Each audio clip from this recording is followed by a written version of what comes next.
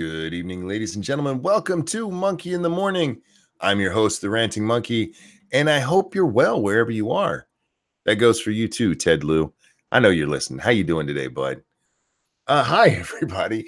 For those of you who are wondering what the hell I'm talking about Ted Lou for, he just tried to give me some shade on Twitter, and I don't think it worked out very well for him, but we'll see. We'll see what happens.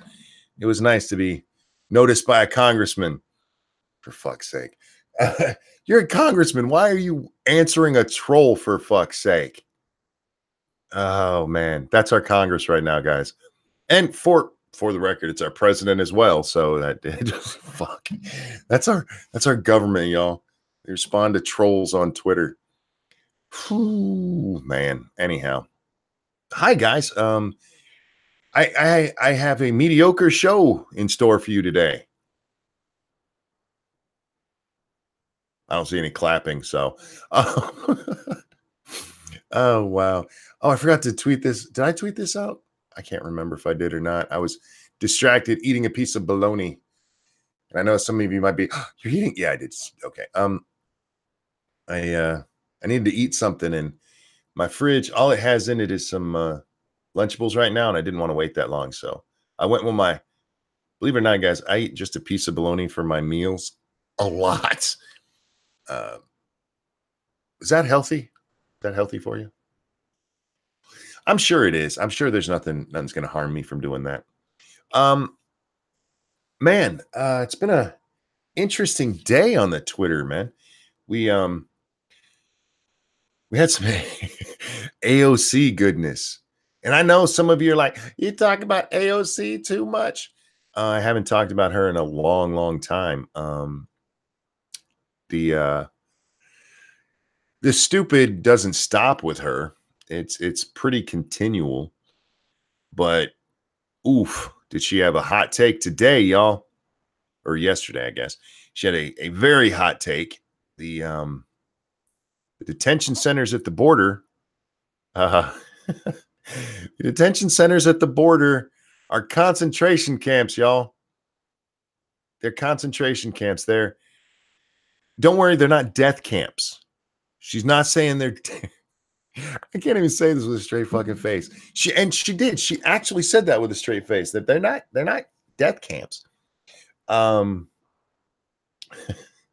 Yeah, the concentration camp at the border where we detain people who are coming into the country illegally or looking for asylum, and sometimes both. What do you suggest, Miss Cortez?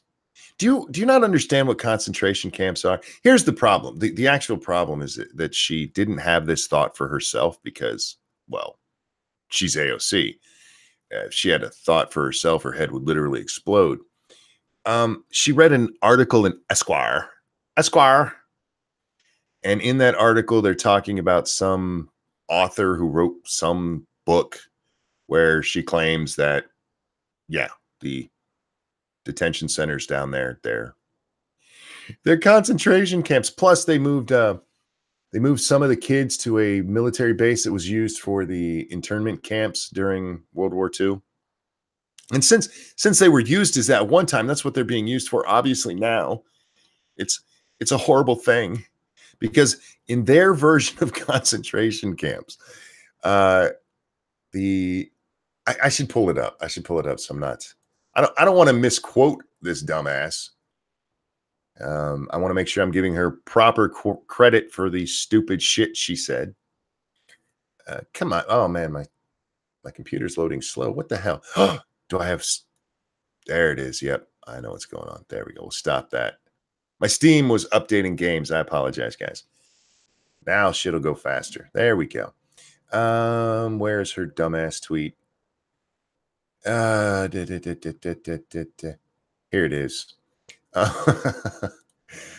This woman, this is what she actually typed out. And she'd already made a little video of it on Instagram, I think it is, where she totally tells us this in person. This administration has established concentration camps on the southern border of the United States for immigrants, where they're being brutalized with dehumanizing conditions and dying. Let me say that again. They are being brutalized with dehumanizing conditions and dying. This is not it's not hyperbole. It is the conclusion of expert analysis. Um, well, let's back up a little bit. Let's go back to what she just said here. This administration has its established concentration camps. And then she says it's the conclusion of expert analysis, and she links us to the Esquire story. The Esquire, the Esquire story, which specifically tells us the detention centers were set up by Bill Clinton and then built upon by Barack Obama. Remember, this administration is doing it. God damn, she's a moron. She can't even read the shit she's using as her own source. Oh my God. Anyhow, I don't much care about the rest of what she said there because she's an idiot. You know, I will link the Esquire article in the chat here. If you guys are on the podcast, I will do my best to remember to link it over there. Otherwise, you can go to my timeline and you can find it. It's linked there. That's right. Follow me. It's at ranting_monkey. I don't pimp myself enough. I've been told that. I don't pimp myself out enough. There's t-shirts you can buy, guys, and there's ways you can donate. There. I pimp myself. Anyway, so this idiot, she actually gets into an argument with who the fuck was it? I gotta find it again. Least professional monkey on the internet. That's who you're listening to. That's who you're listening to right now, me. The least professional monkey. Sorry, I'm trying to find it. I'm trying to kill time. Because this happened a while ago and I forgot to retweet it. There it is. Okay. She gets into an argument with Liz Cheney. Liz Cheney responded to her, AOC, please AOC, do us all a favor and just spend a few minutes learning some actual history. 6 million Jews were exterminated in the Holocaust. You demean their memory and disgrace yourself with comments like this. Now, AOC tweeted this out, but she's also on video saying this. I forget which news outlet it was. I want to say it was Fox, but I'm not positive. But she says the same basic thing live. She says, Liz Cheney, the fact that you employed the horrific word exterminated here, co-opting the language of the oppressor, tells us that it is you that needs to brush up on your reading. Hope you enjoyed defending concentration camps. I won't back down fighting against them. Yeah, she actually said that. She actually wrote that and said it.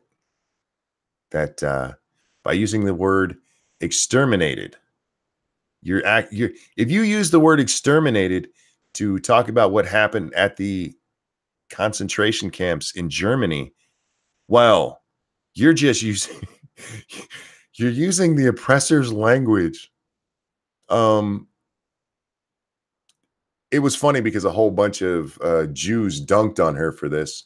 I'm going to throw the tweet there if you'd like to see it into chat. Yeah, whole bunch of them talking about, exterminated is the word we use because that's what they did. They were trying to exterminate us. But she's like, you're just using the words of the oppressor. Thank you, James Colley. I wish the undocumented immigrants would spend some concentration on learning to speak American. Thank you for the donation over there on the Streamlabs. And Nico, thank you so much. I don't have any words for this AOC and concentration camp crap and the people backing her up. I mean, what the fuck? I don't know what to say. The only thing to say is to laugh at what a moron she is, because this is levels of stupid that I don't even quite grasp. Let's see this last one, the one where she dunks on Liz Cheney for using the word exterminated, has 74,000 likes. 74,000 likes. How do you fight that kind of stupid in this world? 74,000 people think it makes sense to say using the word exterminated for what happened over there means you're historically ignorant Jack, I'm glad to see you, man. Oh, good to be here. How you doing? I'm doing okay. How are you? My brain hurts, man. Oh, is this the Krastensteins? It's AOC. Oh, that was my second guess. Have you been following what she did on Twitter today? Is this the concentration camp thing? Yep. Yeah, I saw that. We Morning, were just Bubba Hotep. we were just going over the part where she was telling Liz Cheney that Liz Cheney is not, or Liz Cheney needs to brush up on her history because she used the word exterminated, which is co-opting the language of the oppressor. Oh my God, seriously? Yeah, she seriously wrote that. And not only did she write this, I want to reiterate this, guys. She said this out loud. She's on video saying the same stupid shit. These people are in a cult, man. That they do not know the real meaning of words. They know their little cultist definition. That's it. Real quick, I do want to say thank you to Stargazer Nuts. I know you guys, it says Knights, but her name is Nuts.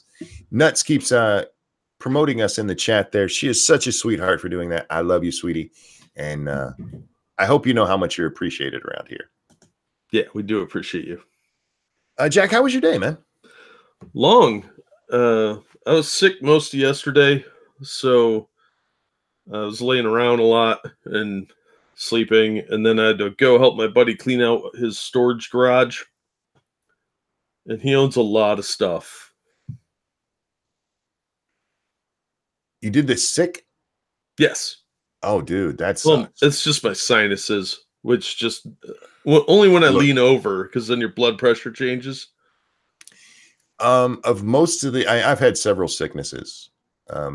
Unless you're talking about the flu, which, by God, you if you've never had the flu, it will make you wish you were dead. Yeah. Pneumonia is not as bad as the flu. It hurts to breathe a lot, and you just want to sleep. Which, okay.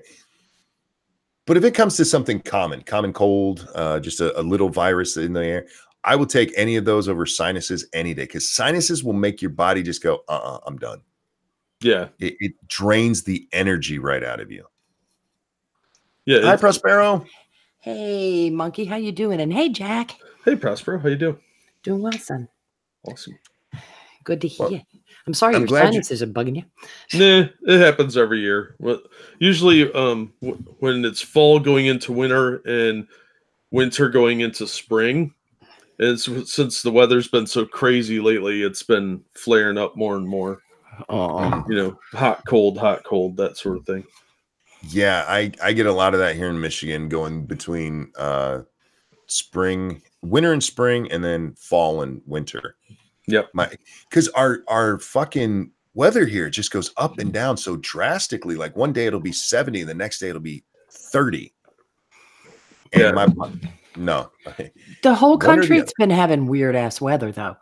Because my cousin who lives out in California was telling me that his cousin who lives here in Virginia, they'd gone out and his cousin had done a trip around part of Utah and some of that stuff on their way to meeting up in Las Vegas. And then they went to the south rim of the Grand Canyon, and they had dressed for spring weather, and it was like winter the whole trip. And this was in May. Here, I mean, the weather's always been like this in Michigan. The lakes have a lot. Yeah. If you don't like the weather, wait 10 minutes. The first time I noticed it, it was right after we moved here.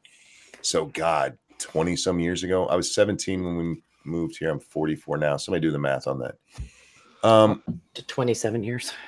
27 years. There you go. The forecast. It's like an 80-degree day, and they told us overnight's going to be 30. I'm like, no fucking way. There's no way it's going to drop 50 degrees in a day. And not only in a day, it only took 3 hours. Yeah, that sounds right. I'm like, where the hell did we move to? The cursed lands. Why can you go from summer to winter in the same day? Dude, I grew up in the Great Black Swamp. I know your pain very well. Oh. Parts of New England are like that too. where it's just like, oh, come on. Give me one of the things I liked about Virginia is you had seasons. Yes. It was nice, and they were rather consistent. Up here sucks, man. It sucks. You will. I love warm weather, so it's me too. Me too. We'll have a warm spell during winter or during summer where it's like, a month of hot, which is great. And we have a ton of cold in the winter. But the in-between times, man, they're so fucking psychotic. Yeah.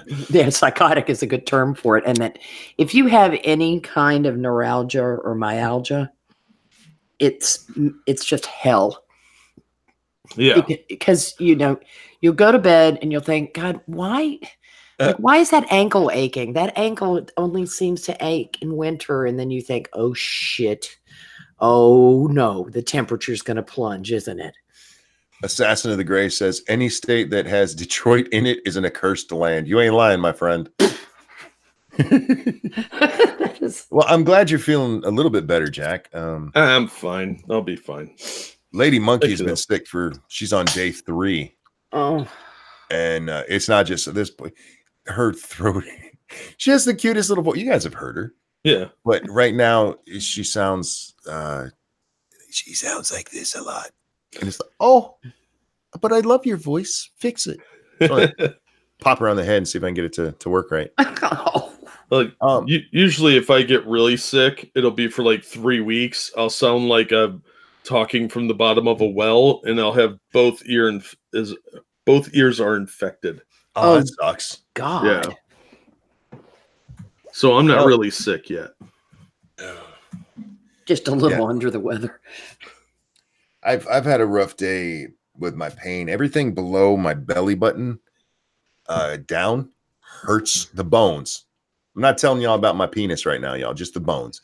They hurt. The bones themselves. Not the boner. Not the boner. The bones. I lived most of my life without ever feeling my bones. Mm-hmm. And now I can actually feel them. And one, it's a weird feeling. And 2, they fucking hurt. Yeah, that's not good. Well, it's life. But just a rough day. But I'm excited for tomorrow. I'm excited and nervous for tomorrow. The satellite guy is going to be here between 11 and 2 tomorrow. Oh, and that's awesome. It is. But again, they told me if they can't get me the numbers that they promised, they won't even install it. So so you have to go through that anxiety of please God, please let them get those numbers. Yeah, let them get the numbers, and then hopefully those numbers will be enough for what I need here. So I hope so. Me too, because if not, I just gotta like start calling AT&T every day. Be like, get it for me, get it. Yes. Ted Lou said I need it. Yeah, just so you can harass him on Twitter. Jack, Ted Lou actually responded to me on Twitter. Oh, really? He did, dumbass. He made a tweet saying, why are so many Trump supporters racist? And he had a little picture up there and said, why does anybody listen to you? And he shot back, thank you for reading my tweets. I'm like, oh, no, you didn't. No, you didn't.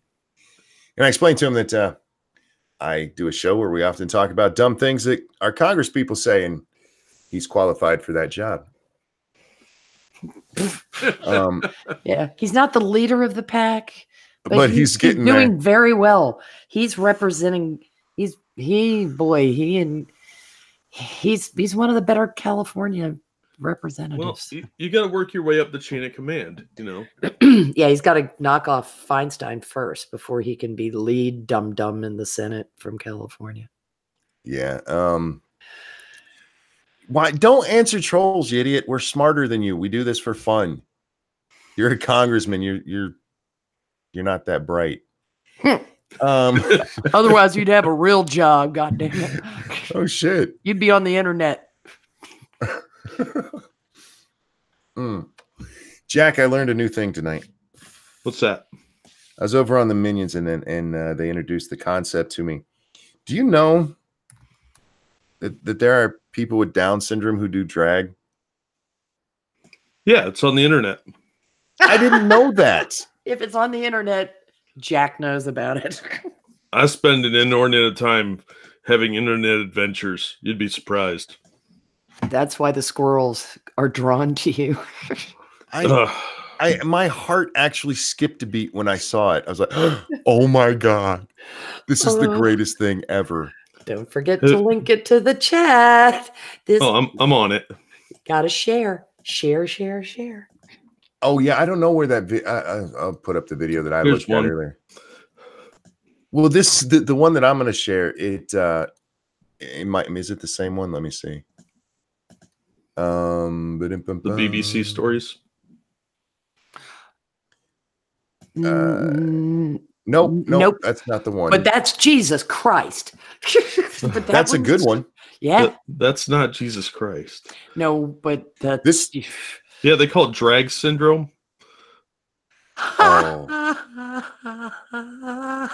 Oh, there's Otto. All right. Yeah, Aurora Shebang. That was the one that yours was about. Oh, Monkey Aurora Shebang. Yeah, it was about Aurora Shebang. Here you go.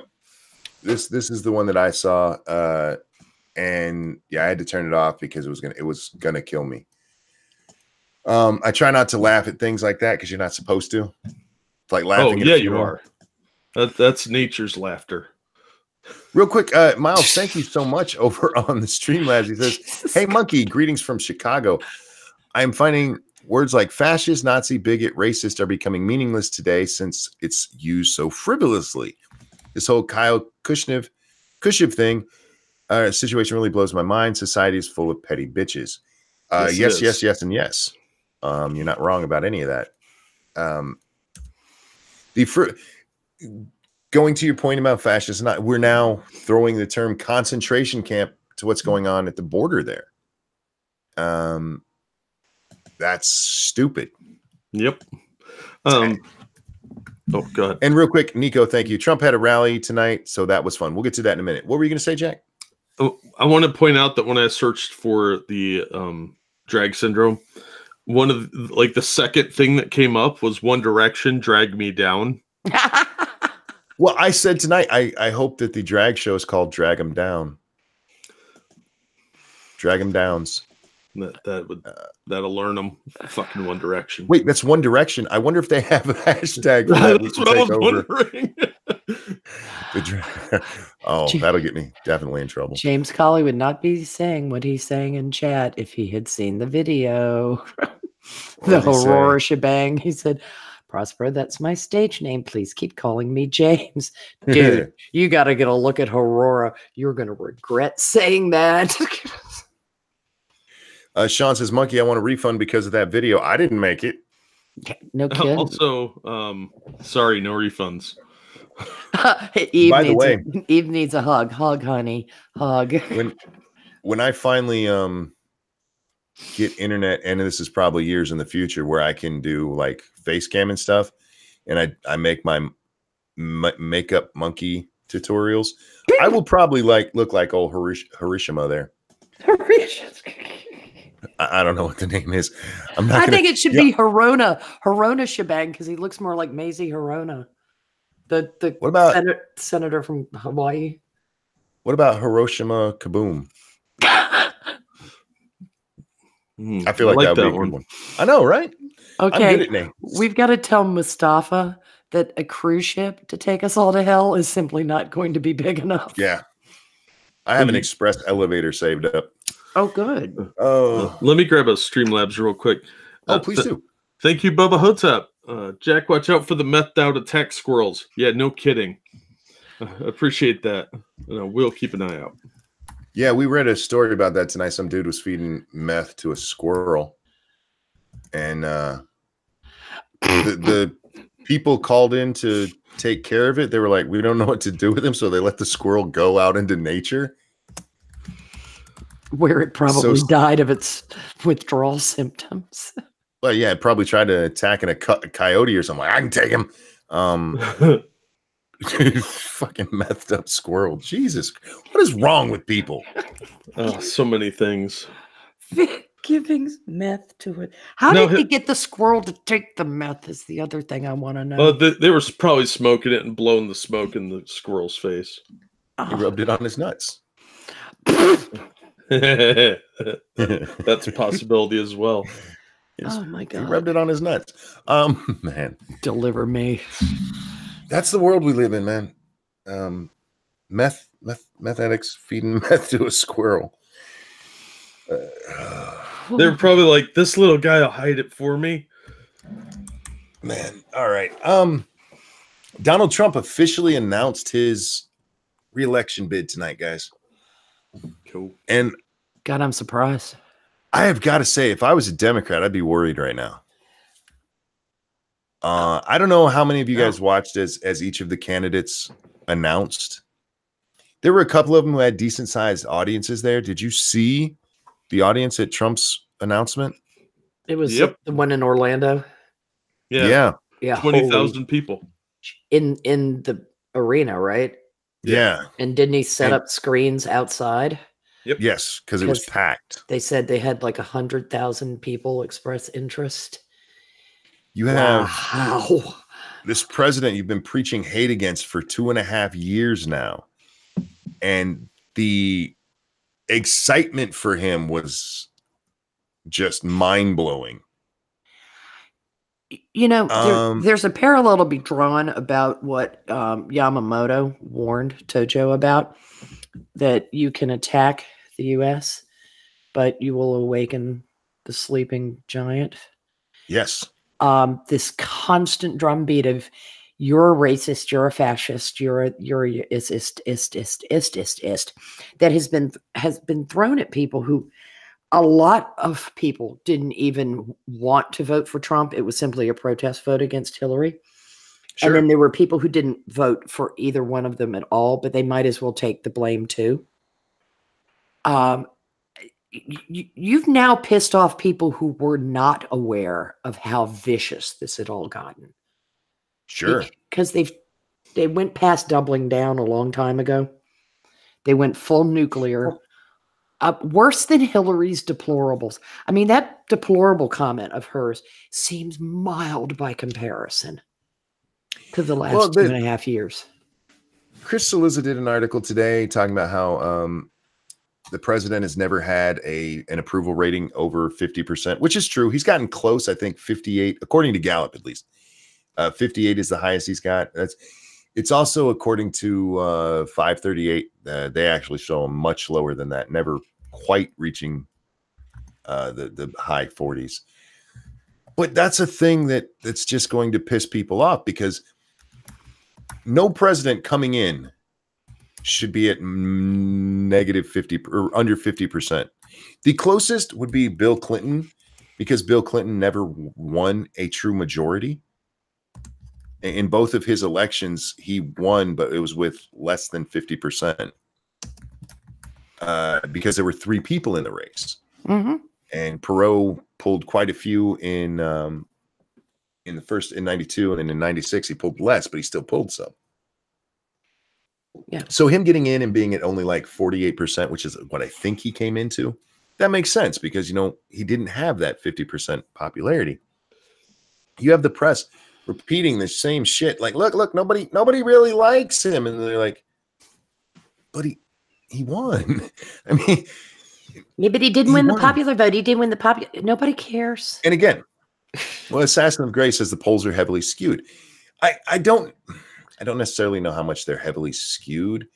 No, I guess that's a good way to say it. I don't know that they're heavily skewed, but if you look at the way they do most political polling, they always oversample Democrats. Yeah, they always do. It's in their methodology. Quinnipiac is a little bit better. I mean, they actually were off by 4%. They were nowhere near as optimistic for Hillary. They discounted the Wisconsin. Right, yeah. So their most recent poll, and as bad as we know some of the sampling groups are, their most recent poll, Trump does need to worry. He needs to play to his strengths, which are rallies. And then it becomes the game of watching what the yard sign war looks like. Because there were people who very wisely noted that the yard sign game Was all Trump. was all Trump. And Yep. it was, and in the hinterlands, you know, where the rest of us Hicks live, outside the population centers, you know, those of us who don't flyover country. Oh. Yeah. Yep, flyover. Who don't matter for shit, you know, because we're not part of the coastal elite. Now, granted, I do live on the I-95 corridor, but I live a little bit below some of the horse shit, but not far enough. The yard signs, man, the yard signs in middle rural America, there weren't any Hillary yard signs. No. She'd lost, the Democrats have lost their traditional base. Well, no, they didn't lose it. They threw it away.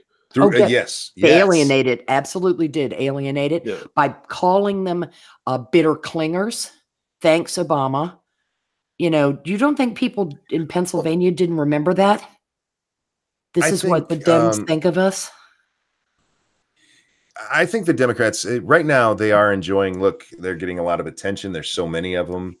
And some of them are decent Democrat candidates. They really are. They're not good candidates. Biden is not without buku experience.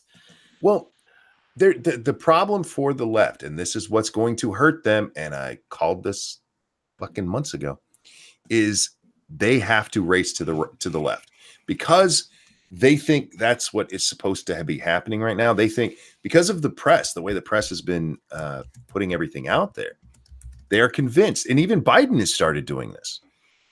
They have to run to the left. So you're going to have all of these people who are anti-business, high tax, anti-gun. One of them is going to be the winner. Yep. Try selling that shit in the heartland. Try selling anti-gun in the heartland, you dumbass. Try selling high taxes to businesses, you shitbag. Oh, go ahead, Jack. I'm sorry. They didn't learn anything from 2016 at all. So they don't believe that they think the only thing they did wrong was they didn't double down hard enough. Yeah, what are they going to do though with those people that have walked away? Because they've fought long and hard to hold on to those people, but they fought in the worst way possible because they functionally called Kanye a coon. They've called, you're forgetting 2018. That gives them the hope. This is where they didn't pay attention to their history because that happens in fucking off elections, you dumbasses. And it was even smaller than you wanted it to be. They were claiming we're going to take 60 seats. They got what, 40? 40 still good. Don't get me wrong, with 45 or something like that. But it was the blue wave. Yeah, but they underperformed on that. 60 to 80 seats. And you're taking the wrong lessons here. And the Republicans were plagued by the never Trumpers. The lesson that they didn't learn, that they didn't learn in 2016 is not just not to alienate the base, not to nominate a shitty candidate. For some reason, they got it in their heads. That Bernie was cheated out of the primary. He wasn't. They did some dirty shit in there, but he wasn't going to win that. But not only that Bernie got cheated, but Bernie would have won if he had been the nominee. Oh, yeah. They firmly believe that, too. Yep. Because they're a bunch of socialists. But, yeah, there's a fundamental misunderstanding of what people in other states want. And they don't go outside of their big city metropolises to find out. And because we have electoral college, you need to go out and talk to the people in other states. And they don't ever do that. That's gone on for a significant amount of time amongst the coastal elites, because I think it was the movie critic Pauline Kael, who when Reagan was reelected, was like, I don't know how this could happen. I don't know a single person who voted for him. Well, honey. Oh, yeah. Honey. The election is not held in the Upper East Side of New York. It's not held in San Francisco. There are people that live in Nebraska. No, there aren't. Yeah, like they're people that live in the Rust Belt, and Trump spoke their language. I mean, He does, yeah. he's very good at speaking the language of the blue collar worker in particular. And I mean, he's his it's a gift.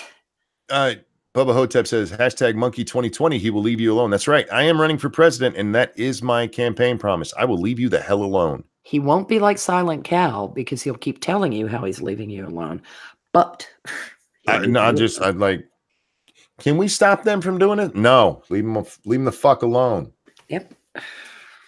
Can we take more of their money? Leave them the fuck alone. The Democrats, yeah, they're rushing to the left, and that's what's going to kill them in the primary. And right now they're doing all these polls. Who can win against Trump? Watch the pivot. Watch the pivot after the front runners appear. Watch them moderate their language. That's going to be the problem, though, because and we're in a society now where you can't hide the things you said. You could, if you go back to any election, because she's right here, guys. What happens in the primaries is you play to your base, and then you pivot to go. They always pivot to the center, or they're supposed to. That's what normally happens. To go in the general, so you can pick up those independents, because that's where the win is. The win is independence. And if I can address something in chat real quick, if you don't mind. Jordan Kyler, it's not that I thought nobody lives in Nebraska. It's just that I'm starting the rumor that everybody that appears to live in Nebraska just works there. It's sort of like a pretend land, and then you all go back home to Kansas. Yeah. That's nobody lives in Nebraska. Yeah, it's sort of a what do they call that? An amusement park of sorts. Sorry, Monkey. Totally. It's like Australia doesn't exist. You're fine. X43 says, Monkey, you might not be able to hide it, but if nobody reports on it and YouTube disappears it, that's the beauty Trump of the internet. Trump won't disappear it, though. This is the thing. Trump is going to be watching this stuff. He and the people closest to him who support him are going to be watching this stuff. They're going to be documenting this stuff. And he's going to go out there when they begin to try to triangulate and move toward the center and scoop up those independents. He's going to be like, yeah, that's really nice. 2 months ago, you were saying XYZ, and people say I'm inconsistent. Nico, thank you. We haven't had a crowd like Trump's in Orlando during a re-election year. 20,000 people inside, 125,000 people RSVP'd. Also, Orlando is a blue city. And over on the Streamlabs, thank you, Miles, who says, hang on, let me bring that back up.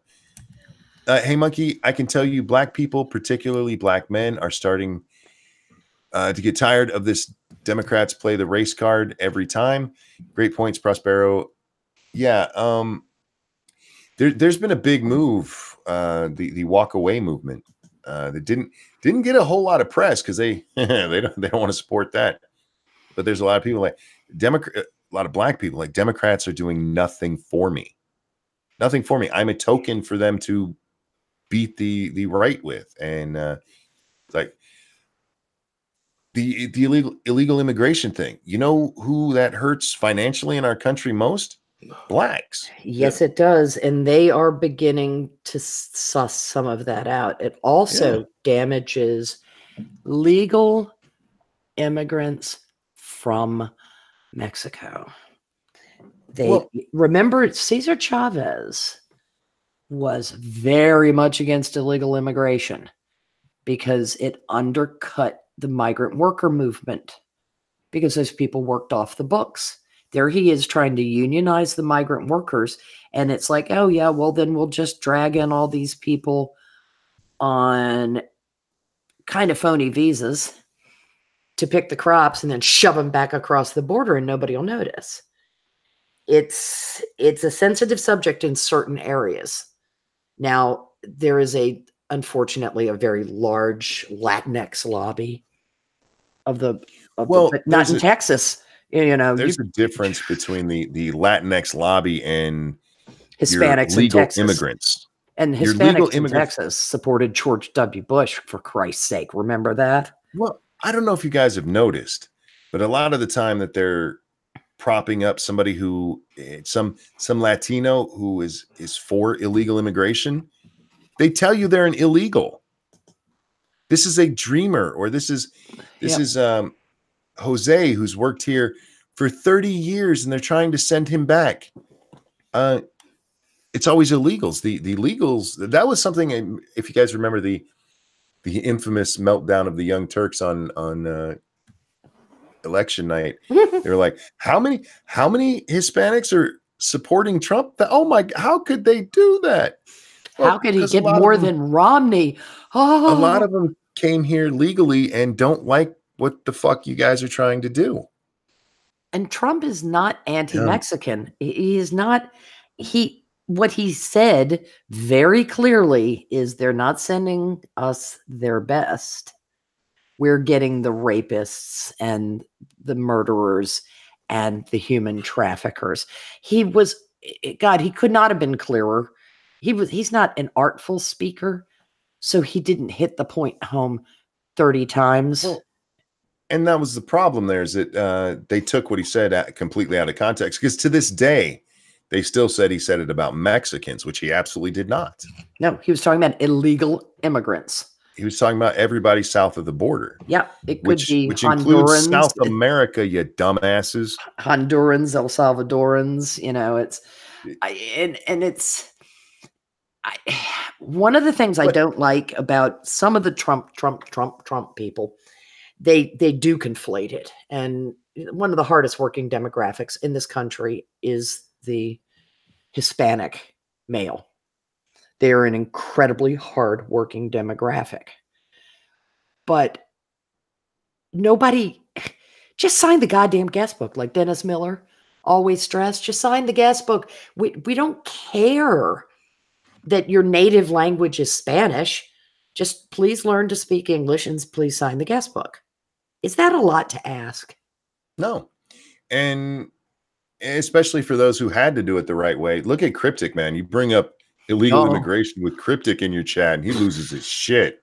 Yeah, because not only did he come here legally, he brought his niece and nephew over and had to go through it in modern times. Because it used to be, I want to say it was a decade ago, it took 5 years to immigrate here legally. And now it takes at least 10. It took Craig Ferguson a long time, and he was an upstanding little, Hollywood actor. That's how long it takes. It is a ordeal, and a lot of these people who've done it feel like if you're cheating the system, fuck you. And liberals don't understand why. They don't get it. Well, look at Barbara for you to see. Oh yeah, she went home. I frequently do. Yeah, I know you do, in the wrong way, Jack. But she went home because she said, I'm a principled person. And yes, this is fouled up, and yes, this is wrong, but I'll go home and I'll do my best to come back. And it's like, well, instead of how can you do this? Because says, I'm with you, Jack. For those of you listening on the podcast, if you don't know who Barbara for you here, or Barbara for you to see is, it is Barbara, the number 4, U, the letter 2, and then is it S-E-E or C? I can't remember. Letter C. The letter C. Look her up on YouTube. You'll see she's a very beautiful girl who, by the way, shares my birthday. She's one of my birthday twins. And she's sharp and she's funny. And she's she's great. Fluent. She needs an anchor baby. Call me Barbara. She's fluent in English. And she's a very principled person in that regard. And she's from the same country as our first lady. Mm-hmm. They make them pretty over there. Yeah. They do. But she's the wrong type of... See, she'd have been the wrong type of illegal for the trafficking, the political trafficking. And I'm going to start using that term. It's political trafficking of illegals. These people are getting fucking played. And there are dreamers that have heartbreaking stories. You're not... How do you send a dreamer back to Venezuela? Easily. Yeah, I know, but you know what I'm saying. There's a parachute. You could trade it for food. Bye. There you go. See ya. I know. Here's a but peso. you know what? I am to the point where I don't even care anymore. I'm so sick of this crap. Send them all home. This is their parents' fault. This is not the government's fault. This is not America's fault. This is the fault of the people that brought them here, thinking that their children would be their key to staying here for free without getting in line like everyone else. And you know what? Your parents used you. Take it up with them back in your homeland. I'm sorry they didn't raise you to learn both languages. I'm sorry your parents are dirtbags. Everybody get out. I'm sick of it. I really am. Well, tugging at the heartstrings. And it is, I mean, it's difficult because there are people who may genuinely qualify as asylum seekers. There are. And you know what? But the problem is, I read an But article apply for asylum. Well, that's what they are doing, because Mexico has allowed them to walk up through the border and apply here instead of applying in Mexico. Yeah, well, fuck that. Yeah, the problem is they're not seeking asylum for reasons that you would normally seek asylum. They're not in war-torn countries. They're not being politically oppressed. They're literally seeking it because we're poor and there's gangs in our home country. Well, there are some Colombians who would be an exception to that because they're sideways with the cartel through no fault of their own, kind of thing. And you know what? That's fine, but the cartel is not their government. Real quick, James Colley, thank you so much. He says, "Amen, Jack." And I get what you're laughing at there. Yes, they control it, but it's not the same as they're not political dissidents, right? They're not. That's what the asylum is for. It's not for life is hard in my home country. You know what? I don't mean to sound heartless. I really don't. But at some point, you have to have somebody who stands up and goes, "Look, I understand this sucks, but how is this my problem?" Right. Yeah. And we have law to avoid compassion destroying us. Hey, you know what? My house is okay, but my neighbor's got a nicer house. I'm just going to move in there. Yep. And people who complain about being poor, which is, look, that's tough. And I'm sorry that the world is unjust, but the world is unjust. There are like 2 million people protesting in Hong Kong to keep from being dragged and ground under the tank of the Chi-Coms. And if every last one of them applied for asylum in the United States because we know the dangers they face, I'd be like, consider that. Give that a bit of consideration. Not because whiny moany, but because by the very nature of them protesting against the Chinese government, they are putting their lives on the line. Well, real quick, Nico, thank you. New York State passed a bill that gave driver's license to illegals yesterday. It was called the Green Light Bill. I'm not shocked. I'm sorry, Jack. Go ahead. Once all these people come here, whether they're coming here illegally or not, they bring their problems with them because they're not fixing them back home. Yep. And at some point, it is such a strain on our system that we become a third world country. And how long before we have that? How many people can we support? And then where do people go? Where do people go who genuinely need the asylum? That's something to consider too. We're kind of guarding a lamp of liberty here, or we were supposed to be. We have a problem with when we do take in refugees and asylum seekers. They're eventually supposed to go home. Go home or apply for citizenship through normal means. We never send anyone home. Well, we're starting to, and that's pissing people off right now because Trump initiated that. Well, it's a strain on our system. We can't maintain our quality of living if we're giving everyone else free stuff. Yeah. You know, a lot of these people don't have legitimate jobs. And it's the sad adage of the cobbler's child goes barefoot. We impoverish ourselves in the attempt to save everyone else from poverty. You can't fill that pothole. It is unfillable. And here's the thing. I don't think most of the people arguing for this give two fucks about actually giving these people a better life. I don't. This is political. This is absolutely political because not only do they want to bring them in, they will eventually, and they've already started, they want them to be to make them citizens. Yeah. Well, look what it's doing to Europe. You get all these people that don't have jobs sitting and mooching off the welfare system. And it's crippling their economies, whether they want to admit to it or not. Their crime rates have skyrocketed. Look at all the sex attacks they're having. There's a whole online map you can see. Hate fact. German crime maps. They want to do that here, and it's going to destroy our country because, first of all, you're going to piss off the native population severely at some point because they're competing with these low-wage employees that are coming in that got here through illicit means and are effectively stealing what they've got. And they're taking jobs away from hardworking American citizens who now can't get jobs because they can't work for under the table, lower than minimum wage numbers. Yep. And because remember, they would go to jail. And remember, Mussolini wasn't created in a vacuum. Exactly. Bubba Hotep says, but remember, I don't want them near me, living near me, good old Nimby. Yeah, it's amazing how they need to come here for their better lives. We're going to put them in San Francisco. What the fuck? Yep. Well, how dare you bring them where we live? That was hilarious. And then the very first judge that took a look at it said, "There's no prohibiting that." Yeah, and the whole thing was suddenly that's what needs to happen. I'm sorry for those of you who live in New York and California, but it's like, oh, these they need just released. Here you go, deal with it. The chickens just came home to roost. Well, they're and not don't come going to us do that. whining when you're out of money.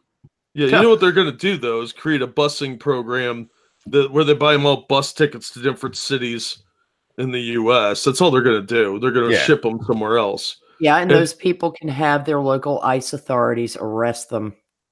They won't, though. They won't. Some will. No, it's amazing that Florida will. put them all in Hollywood. A lot of those people still need maids and gardeners. Well, look at Cher's little woke moment. She was like, "Oh, wait a minute! Before we take in all the illegals, we have all these homeless." I mean, she had like this little glimmer when apparently, like, but again, she didn't because it was only about her city. It's only about her state. She doesn't give a fuck about them all across the country. It was a wedge of light. That's all I'm saying. She doesn't even care about, okay, what about New York? They have a ton of homeless there. She wouldn't have cared if he said send them to New York. It was because it was going to her city and that would have affected her life. To her, they're just people. They're just pawns in a fucking political game. She doesn't give a shit about the actual people. That cunt, she wasn't woke at all. Fuck that bitch. I'm sorry. I'm just saying all it was a glimmer of light. There was no glimmer of light at all. That's like saying that she doesn't like fire because her house is on fire. But she doesn't mind somebody having a bonfire. It was NIMBY then, not my backyard. Exactly what it had nothing at all to do with her being woke. This was her saying, "Oh my God, you're going to hurt my city where I live, and I'm going to have to deal with this shit." Alyssa Milano mentality. You've got a nice little ranch there.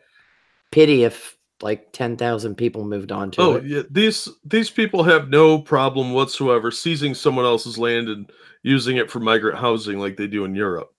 They would have no issue with that. They don't care if it violates the Constitution or not. As long as it wasn't near them. If they did it in the middle of Utah, it'd be fine. Yeah, exactly. And they would have no problem with it. They'd be like, yeah, do that. Put them over there. And then when they're all starving to death, they'd be like, how come they're starving? Okay, I got to get off this subject before I yell even more. Have an aneurysm.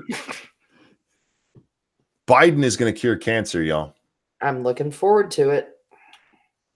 Joe Biden has said if he gets elected, he's well, he didn't say this is what he said. Where's the exact quote? "I worked so hard in my career that I promise you if I'm elected president, we're going to see the single most important thing that changes America. We're going to cure cancer." Let that soak in for a minute while I say hi, Polly.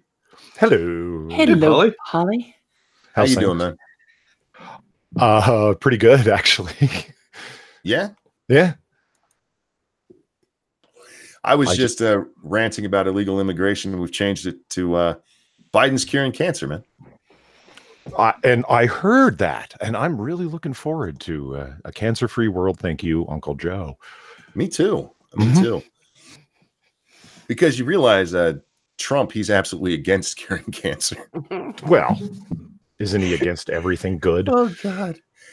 Look, I understand. I think I understand what he meant, that we're actually going to, make that our number one priority, which, by the way, we probably should do.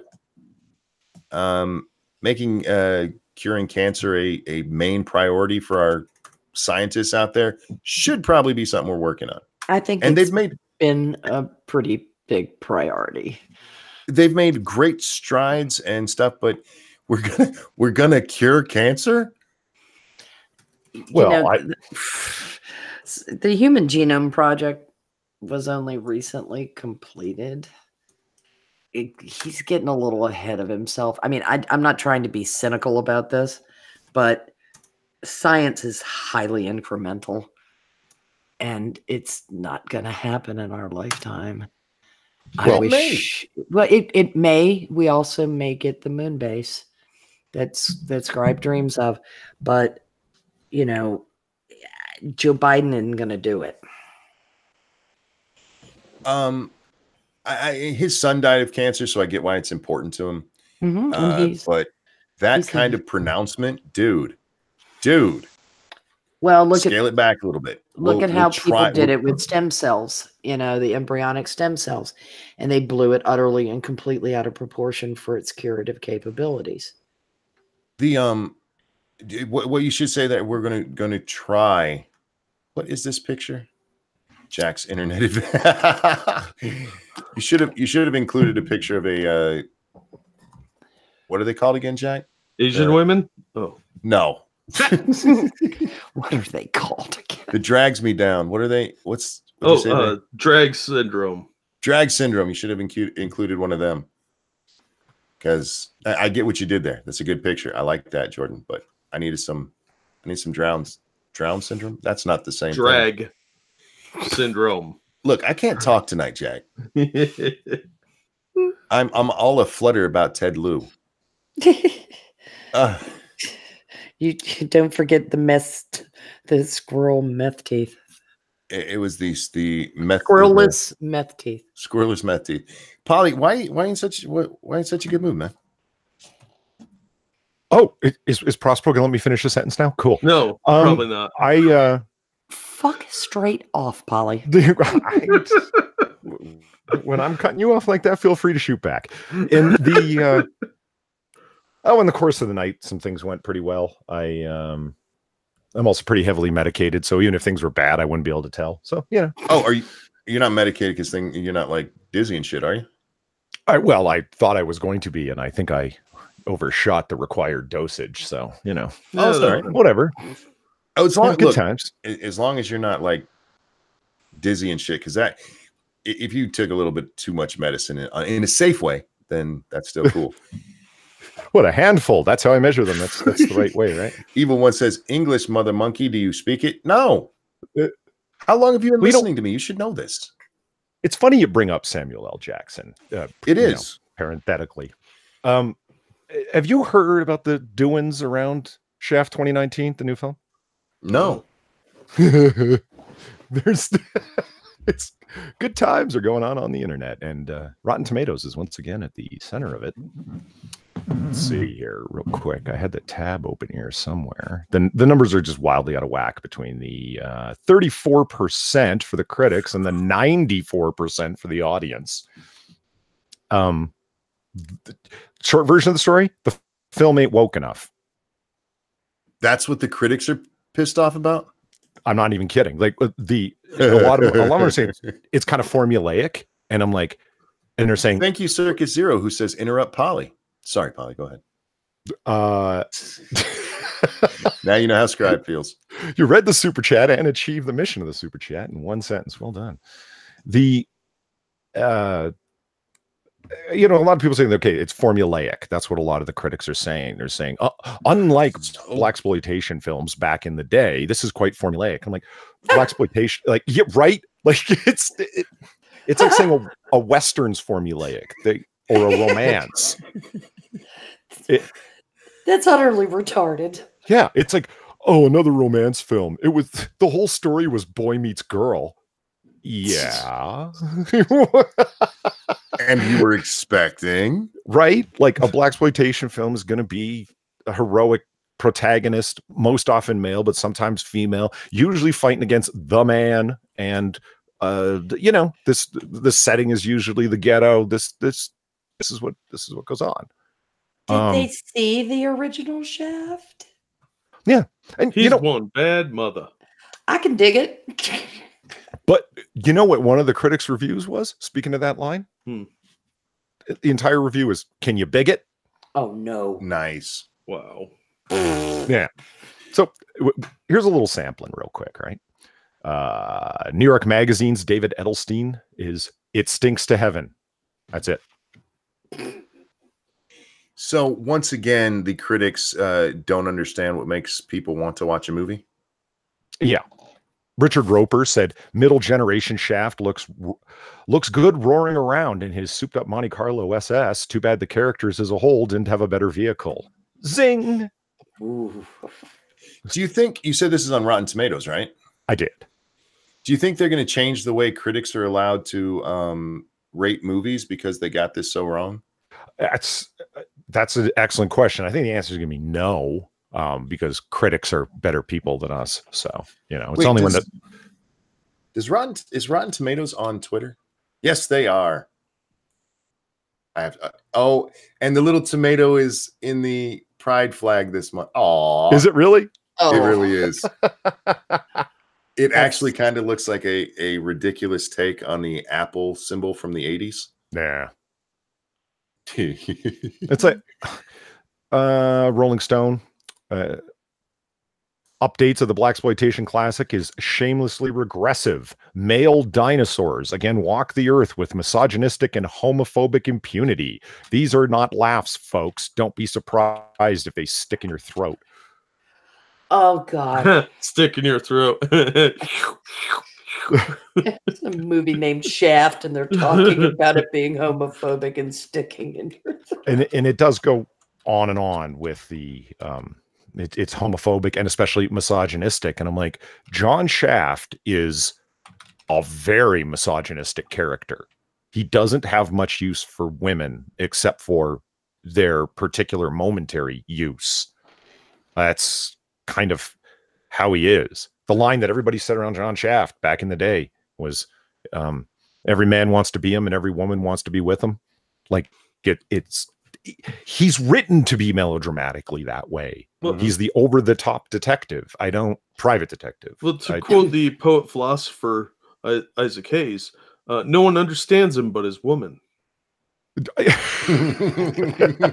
Who's the one who lets him get away with all the crap? His white police chief friend is like, John, just all we want to know is what's going on. He's like, I ain't selling out to you like that. Like it's my turn to interrupt Polly. Thank you, Circus Zero. Your turn to interrupt Polly. Sorry, Polly. He gave me $5. I had to. I'm gonna call you Polly Light. I'm getting the Streamlabs. Like Scribe Light. No, you call Scribe Polly Light. Oh yeah, I'll call him Polly tomorrow. Their particular monetary use. I love it when you guys talk dirty. Did you get to see Shaft yet, Polly? 2019. Yeah, the new one. No, I have not seen it. Oh, I was hoping you'd see it so I could find out if it's good because I wanted to see it. The commercials for it, the previews, they look good. Yeah, it looks like something I'd watch because it's fun. And what Polly's describing is people that hate fun, right? Why do movie critics hate fun? Well, I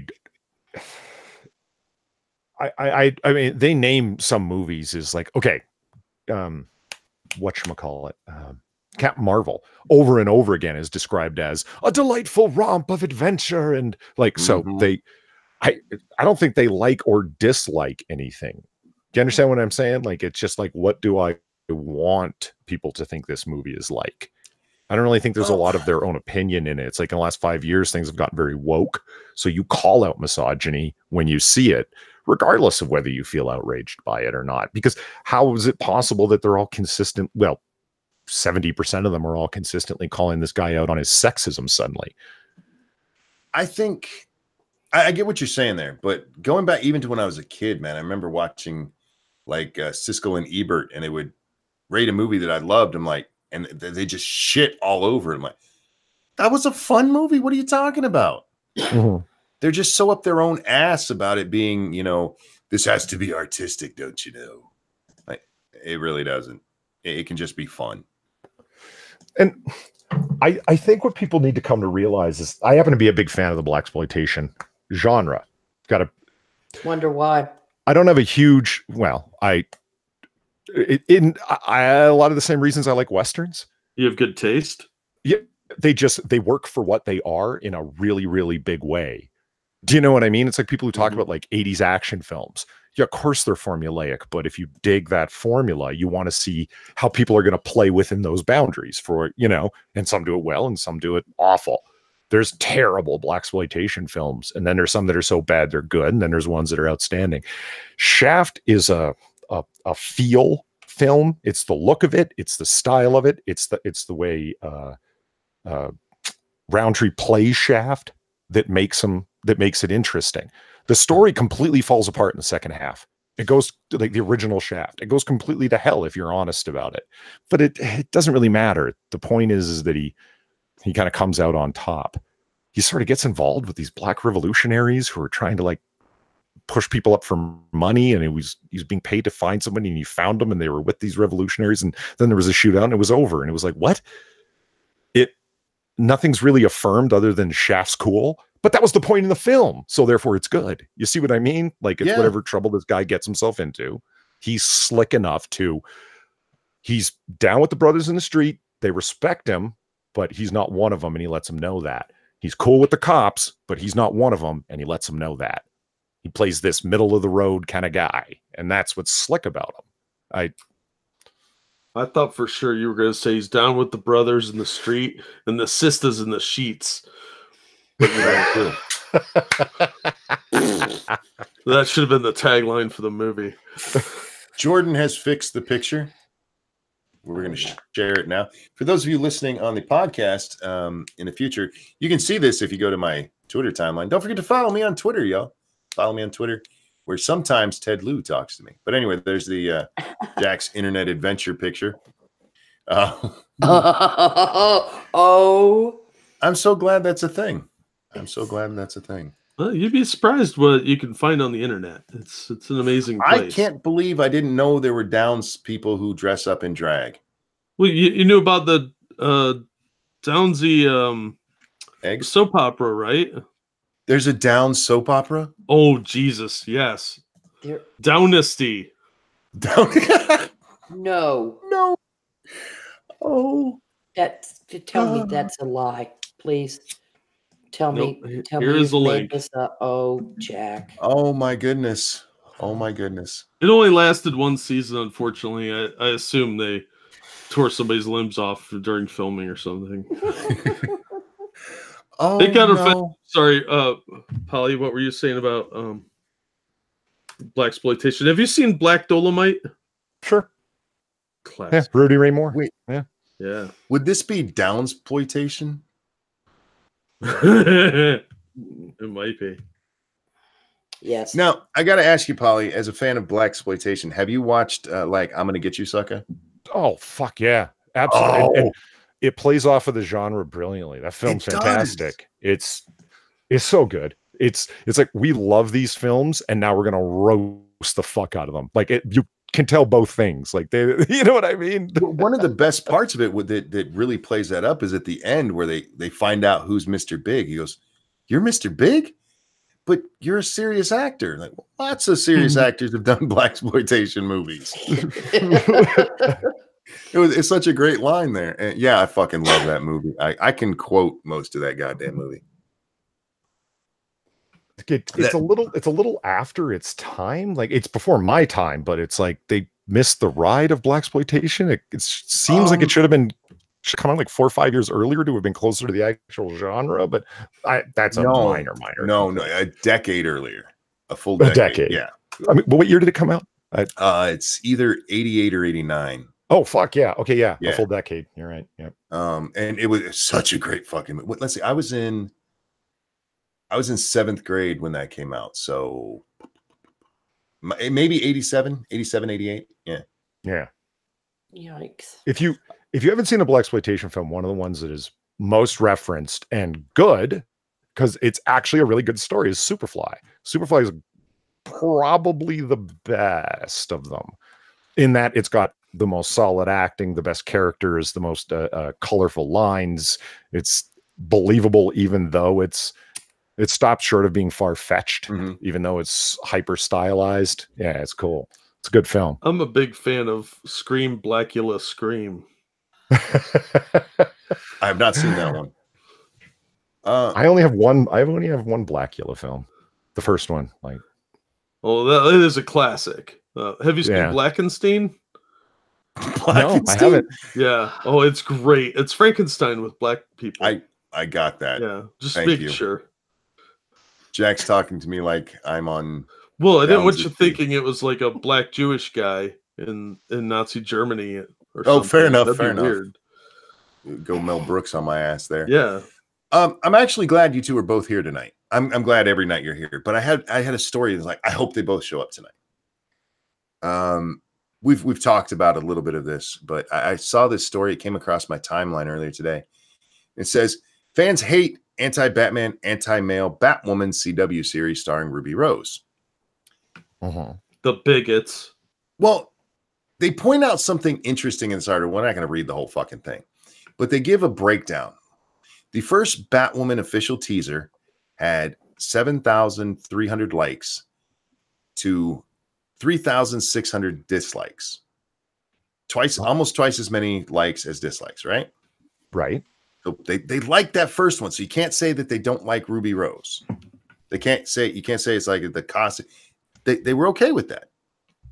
But then the first trailer came out, the one we discussed at length on this show. That one had 393,000 dislikes to 79,000 likes. Ooh. Yeah, when you start showing them more of your show and it does that, oops. And then the last one, that's the one that just came out. Have you guys seen the Times Are Changing one? No. Oh. There's a third one? There's one called Times Are Changing. Go look it up real quick. It's really short. You can watch it real fast. But that one got 16,000 dislikes and only 1.5K likes. They've tanked their own show by letting us see parts of it. You got the link, Polly? Oh, let me find it. I'm sorry. Yeah, it's in the chat. Oh, there we go. I'm gonna grab that and throw it into the main chat for everybody. Yeah, this. If I worked for the CW, I would be worried as fuck right now. If I worked for this show, I'd be worried as fuck right now. But how do you take something and again, obviously, it wasn't that people just hated the concept. It's not that people hated the concept of Batwoman. It's not that they hated the concept of Ruby Rose playing Batwoman. It's when they started. Well, sure. But the overall majority of that first one, people liked. And then they let us see what was going to be in it. And everybody's like, oh, no. Which is kind of sad because it could have been a great thing, man. You guys could have had a hit on your hands. I'll link the article that I read into chat too, so you guys can read that if you'd like to. It's kind of weird. You wonder why they spike their own guns. Because they literally destroyed their own property. Well, I don't know how much you watched. Kind of poor. I don't know how much you watched of the show where we talked about this, Prospero. But watching that trailer, the first one, the one that everybody hated, as best I can tell, it follows the comic book pretty well. So I wonder if people just didn't know who Batwoman was supposed to be. And then when they got a look, they were like, oh, fuck no, I don't want no part of this. Well, it's too much girl power, rah, rah, rah. And she didn't earn any of it. She's just taking all of Batman's equipment and then screaming about how great she is because now it's a woman using it. Yes. So a rip off of the Iron Man thing. I'm not going to let a man take credit for a woman's work. She actually fucking said, "Is that?" I wonder if that's a line in the comic book. I've never read the comic book. No, the comic book doesn't have her being that much of a. See you next Tuesday. Twat, cunt. Which one you want? Yeah, I couldn't decide. So he just went for the abbreviation. Yeah, I wanted to say quant and combine both those words, but that's not a real thing. Twunt is the word, dear. Twunt. Twunt. Did you guys watch the trailer? Yeah, it's dumb. For those of you at home or those of you on the podcast, now that I've given them a chance to actually see it, I'm going to describe it. She walks by this homeless person and gives them money. And then she walks by, it looks like is it a bouncer or something? It's a cop or security guard. I can't tell. Okay. Who says, what is it? Something like you shouldn't give them any money or you're just going to encourage them. Yeah. And so she walks back and hands the homeless person a Rolex. And then smugly smiles as she walks by. Okay, first of all, that homeless person is probably a junkie. And it's going to take the $50 that a random pawn shop is going to give her for that, and it's going right up her arm. No pawn shop is going to give her money for that. She's going to trade it specifically for a hit. A hit. Yeah, that's true.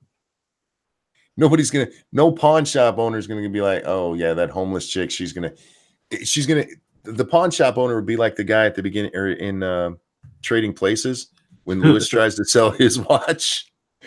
Like, this is hot. I'm gonna give you $50. This is worth $1,000. Yeah, no, that's just going straight to her dealer. You know what you did? You just got that homeless person beaten to death for that watch. Yeah, shit. Once she walked away, those two cops or guards or whatever probably beat the fuck out of her for it. Daniel says it's also a man's watch. Well, I stole it from Bruce Wayne too. I was just about to say she stole everything else from him. She's probably giving away all of his crap. There was a funny response to this. It said she gives that to him a couple months later. Bruce Wayne or Batman is stopping a criminal and finds his watch on him. He's like, "What the fuck?" Yeah, I was interested in your guys' opinion. Do you think it's just the property, or is it what they're doing here? Is it the way they're doing it? Because like I said, to me, it looked pretty on the nose. But again, that's just by my reading about what the book was about without reading any of the comics. So do you think it's just the source material that this couldn't have been, if they stayed true to source, this was going to happen? Oh, I see what you're asking. I thought you meant like, are these trailers reflective of what one is going to see in the entire series? You're asking if it's reflective of the source material. Yeah. That's my question. Not really. Like, it's not really reflective of the source material. I mean, could you read that into it if you really wanted to? Yeah. I mean, you think you could see, like, because Spider-Man stops purse snatchers and like he deals with low-level crime a lot of the time when he's web slinging around the city. If you wanted to turn him into the kind of guy that was handing, even though he's broke, handing money over to homeless people, yeah, I guess you could do that. Yeah, seeing those numbers and that was just shocking to me. It's brutal. Yeah. Now, if all of them were that way, if the first one had been that way, we're like, fuck her. I'd be like, okay, yeah, that all makes sense. But with the initial reveal that this is coming and people seemed excited for it to tank that hard when they showed you what it was going to be. Ouch. I can't think of that happening anywhere else. I mean, I can. Ghostbusters 2016. Well, I was about to say that when Ghostbusters, the remake, was announced, though, but even then, there were a lot of people like, please don't do this. As soon as any kind of details were up, please don't do this. And then Feig, whatever the fuck his name is, fuck you if you don't like my movie. Oh, that's a good way to do things. Yeah. Anyway. And then come back when people are still complaining and say, you just hate women. And it's like, no, it sucked. And it would have sucked if guys had been in it. Because it sucked. Yeah, you got to learn some funniness. Dangerous Spaces says it's beyond on the nose. They're literally playing a game of got your nose with this. No, well, like I said, I haven't read any of it, but I did read a synopsis of what Batwoman is like. I wonder what would happen if they'd done the original Batwoman. Because I think the critics would have hated that because she seemed a bit 50-ish housewife to me. But this Batwoman, I mean, she is a lesbian. She does take over when Batman leaves. She does have there seemed to be a lot of almost pushing lesbianism. Why can't anybody just be lesbian? Just be gay? Their entire personality is lesbian. It's not woke enough.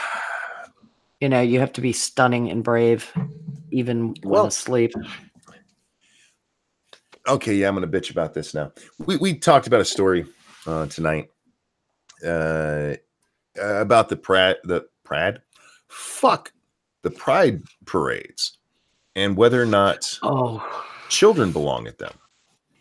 And there was a fucking headline on Huffington Post talking about this, where it actually says, and this is a direct quote, parents say the children can handle the kink. No, I'm not. That is exactly what it fucking says. And I lost my shit because children handling kink should never be something you fucking say. What are they specifically referring to as kink? The craziness that goes on at some pride parades, the sexuality, that kind of stuff. And this is my problem with those parades. If it was just gay people going down there and having a parade, cool. But that's not what it is. This is gay people going down there, some, not all, some going down there and go, this is my degeneracy. Because you know what? I got to tell you gay people something. Y'all don't have a monopoly on degeneracy. Have you seen Pornhub? Straight people do some fucking kinky shit too.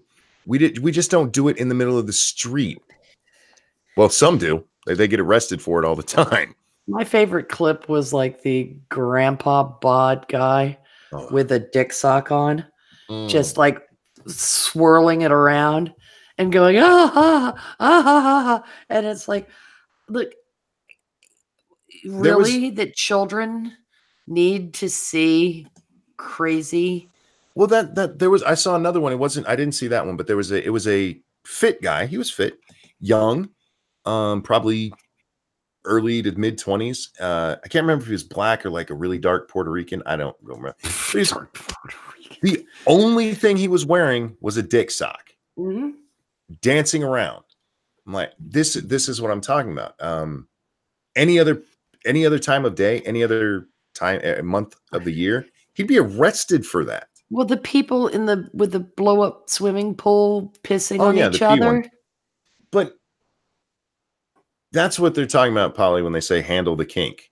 Right. No, a child shouldn't be anywhere near that. Anywhere near it. And I don't blame the guy dancing with his dick out in the street. I mean, I think you shouldn't be doing that and should be arrested for that. But it's the parents. The parents say the children can handle the kink. How do they know? If you think your child should be somewhere where somebody's dancing with nothing but a dick sock on, I really don't want you in charge of that child. That's like saying children can handle sex. I mean, what they're saying. That sex performed on them.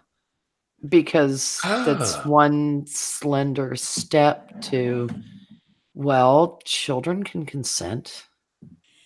Children and kink shouldn't go together. Ever, you fucking weirdos. And remember, this is parents, so we're not talking about the gay people in the parade. These are the idiots who take their kids to this shit. Now, it actually I've had a few of these rages tonight. It didn't surprise me, Monkey, because when I was in New Orleans and we were on Bourbon Street, there were people there with toddlers. That's another place you don't take kids. No kidding. It's hell's back door at certain times. And we were there late enough in an evening where it was definitely hell's back door. And there are these people with like babies and strollers and little toddlers walking along. And I thought, huh. And the funny thing is, I found like the bartenders and the doormen are absolutely horrified by that. They're like, I grew up here. My parents never, ever, ever came here with me. Dangerous Spaces said, would they say that if a teacher did that at the front of a classroom? Right? Can you imagine? What'd you do at school today? Well, the teacher got naked except for his penis sock and danced for us. Oh, well, you can handle the kink, Johnny. That's called cultural enrichment, Monkey. Oh God, I read that line specifically just fucking set me off. We've been talking about this on and off for this whole month because it keeps coming up. But parents say children can handle the kink. How do you even type that out? How do you type that out without vomiting all over your screen? Yeah, it's there's a reason that Nickelodeon doesn't show porn. Most people in this country would burn Nickelodeon to the ground if they started doing that. Don't you do that to my kids? You know, there'll be a time. You know, you're not talking about taking your 16-year-old. I don't think you should take your 16-year-old either. I don't think so either. It would depend on the age, the maturity of the 16-year-old. I think just leave the kids out of it. We can have the discussions about what can or should and shouldn't be happening there. Because again, I think it does a disservice to gay people what you see at a lot of these. Oh yeah, when a lot of them hate it. Yeah, absolutely hate it. But that's a whole different conversation. No, do not take your kids to this shit. If you do, you are in fact a bad parent. I will tell you, you are a bad parent. Don't do it. Like saying, I took my child to swingers night. The fuck is wrong with you? Jackson's neck up on Vox. My child watches me have sex, but I'm not a pedophile. Do you guys remember the fucking people over in Britain who made porn for their kids? Oh, yeah. Gross. Yeah. Jesus. They did a documentary on these people and then showed the porn apparently on TV. Yeah, they made it specifically for their kids. Like, what the fuck is wrong with you? Ew. This is why I am campaigning now to not think of your mom while you're masturbating. Did you ever think politics would have turned you into Puritan? I know, right? Like, you're not, but you see what I'm saying? Is this political or cultural? Or is it a Political. combination of the both?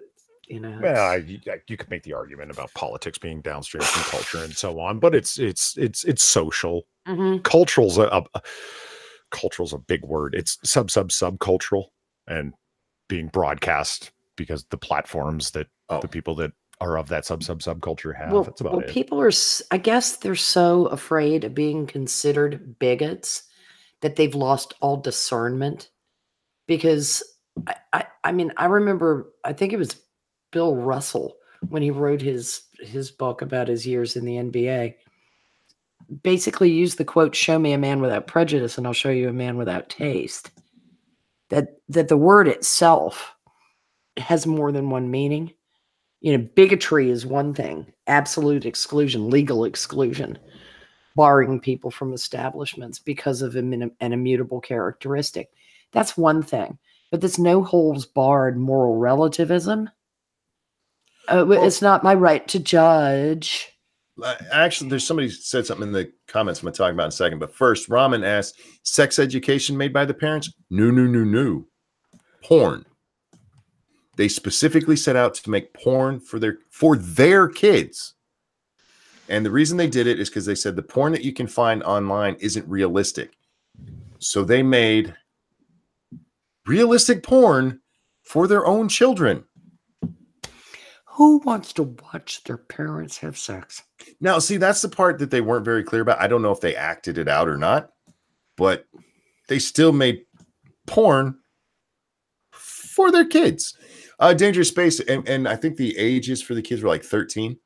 Dangerous Spaces says, he said, it's worse than that. Interviewer, interviewee, editor, publisher, etc. How many levels did this story go through with no one saying, is this story a bad idea? It's exactly what Prospero just said.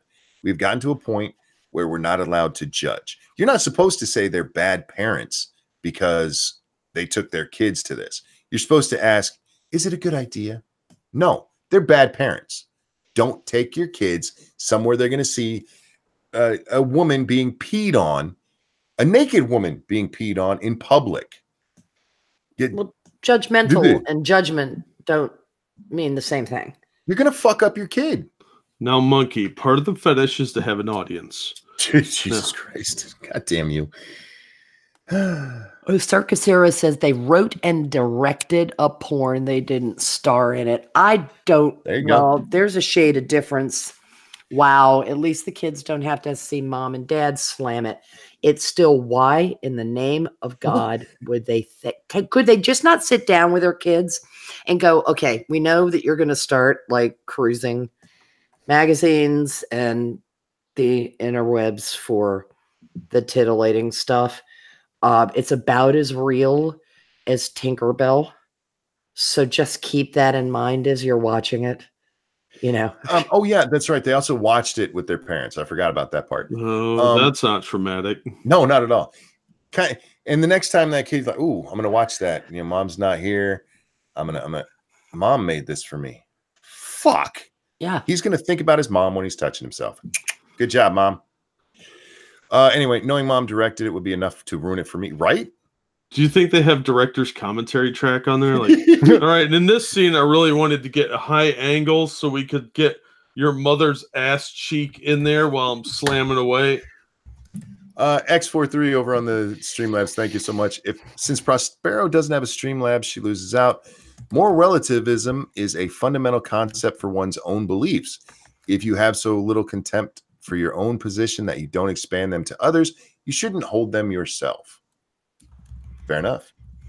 I think you should challenge your beliefs constantly. Maybe this is why the youth is no longer having sex. Yeah, I think their parents put them off of it. I can't have sex because all I can think about is my mom. Dylan Tilbrook wants to know, who's this Prospero lady? Some person that streams with the minions. Yeah. That's who this Prospero lady is. And occasionally Monkey invites me on. Hashtag thinking of mom while wanking. Yeah. They're running. I can't imagine. I cannot imagine. Hey, okay, come in here and sit down, little Billy. What are we doing? We're going to watch a movie. Cool. What are we watching? Mommy and Daddy's Big Hog Tying Adventure. Oh, no. Oh, man. I feel bad for those kids. I really do. Now yes. I think I get why there is a gender called asexual. Yeah, it is just because that would just dry up any sex drive. Well, now how vanilla was the sex? Were they doing freaky shit? Like, well, from what I read about it, it was supposed to be. I would imagine it was quite vanilla. I mean, they might have done a couple of different positions, but nothing that would surprise you, Jack. Well, I have the internet. Not much surprises me anymore. So do these kids, man. Yeah, you know what? I could watch the porn my mother made for me, or I can go watch something that has nothing at all to do with my mom. Oh, man, that would be... can you imagine how creepy the kids would end up after a while? They'd be like those scary stereotypes of homeschool kids. Yeah. Oh, man. It's just, that is so disturbing to me. That's the old Miller residence. The old lady hasn't been out in years. Well, why does she stay secluded away? Legend has it her parents made her watch a porn they made. Oh my God, that's horrible. No one that goes in ever comes out. You know, the weird part is I never even thought about any girls watching it. As far as I thought, you know, boys watching. Yeah, watching porn, a girl watching porn with your mom and dad, that's got to be even weirder in some way. That's, yeah. I remember those stupid don't watch BuzzFeed porn with your parents commercials with talking about discussing masturbation with your children. Remember those? Yeah. Oh God, yes. Remember how incredibly uncomfortable and awkward the kids looked? They were just like, let me out of here, stop. And when that mother whipped out the dildo in front of her daughter, and her daughter was just like the daughter kind of knew what this thing was. Now, she's a kid. She's like 12 or something, I'm going to guess. 11. Like, so she kind of knew what was going on with that item that just came out. No, she obviously didn't understand all the ripping ass details of it, but enough to be creeped right the fuck out that your mom just whipped out this fucking 12-inch behemoth. And mom's like, that's one of my small ones. Yeah, did I do a response to that video? I think I did. Did you? Because there were some of the kids who were released in a age range to have the talk, you know, some of them, not necessarily about beating off, but, you know, to have the talk a little bit. But there were some of those kids who were way too young to be in that room. Way too young, like 7, 8. Like, really? No. I never saw it. Yeah, because I know there was a whole bunch of them. I didn't see any kids that young. That's wild. Yeah, the older ones were maybe the 13 range. Yeah, and they had some, maybe 10. I tend to judge, as we found out, I tend to judge children as being a little bit younger than they might be. But yeah, no. It was the other way around. Young. You were accurately judging children's age because you had kids. That was the suggestion. Where it's like I was, like, I still way off shot a little low. Yeah, I still shot a little low. James Colley, thank you. Mom and dad porn is used as proof in who is the boring fuck argument. Oh yeah, let's go to the videotape. No, that it is so weird how people are sexualizing children now. Because like the whole masturbation one. Look, you can have the birds and the bees talk without explaining exactly how you masturbate to your child. Like, I really like it when I have 3 fingers right here. No, back off, mom. Back it off. At what point is it educational, and then at what point is it grooming? Yeah, I would have run screaming into the street if that had ever happened when I was a kid. It would have been like, no. Yeah, it's okay to have standards, guys. It really is. Oh man, Standards. That's an aspect of colonialism. Thank you. I know. I am trying to colonialize my audience. Did I say colonialize? Colonize. God damn it. No, you said colonialize. It's okay. I know I use the SJW terms. Oh man. Speaking of the colonies. Yeah. Just pulling up here it is. I didn't realize that Ed Asner, like, now, of course, Ed Asner's pretty left progressive. He has been for a long time. This is nothing new with him. And he's an activist. That's who he's always been for decades. I didn't realize he wrote a piece for Salon because, of course, he did. Entitled, "Sorry, NRA, the U.S. was actually founded on gun control." What? Yeah. Oh, my God. Oh. Now, there really isn't much to talk about this. Like, I mean, I guess there is, but like, it's pretty straightforward. Like, Ed, you're fucked. Ed, this is a spinning of history in a way that you didn't like. What I took away from that title was, oh, so you're going to talk about Lexington and Concord. Because like, that's the battle that turned a bunch of angry colonists into a shooting war. That's what started the revolution right there. Once the first shots were fired at Lexington and Concord. And it was over an act of gun control. The British went out to seize the magazine at Concord, and they were met in the town of Lexington by a bunch of militiamen that are like, no, you're not taking our guns from us. Then bang, bang, bang, shots fired, right? So that's what I thought he was going to be talking about, but no.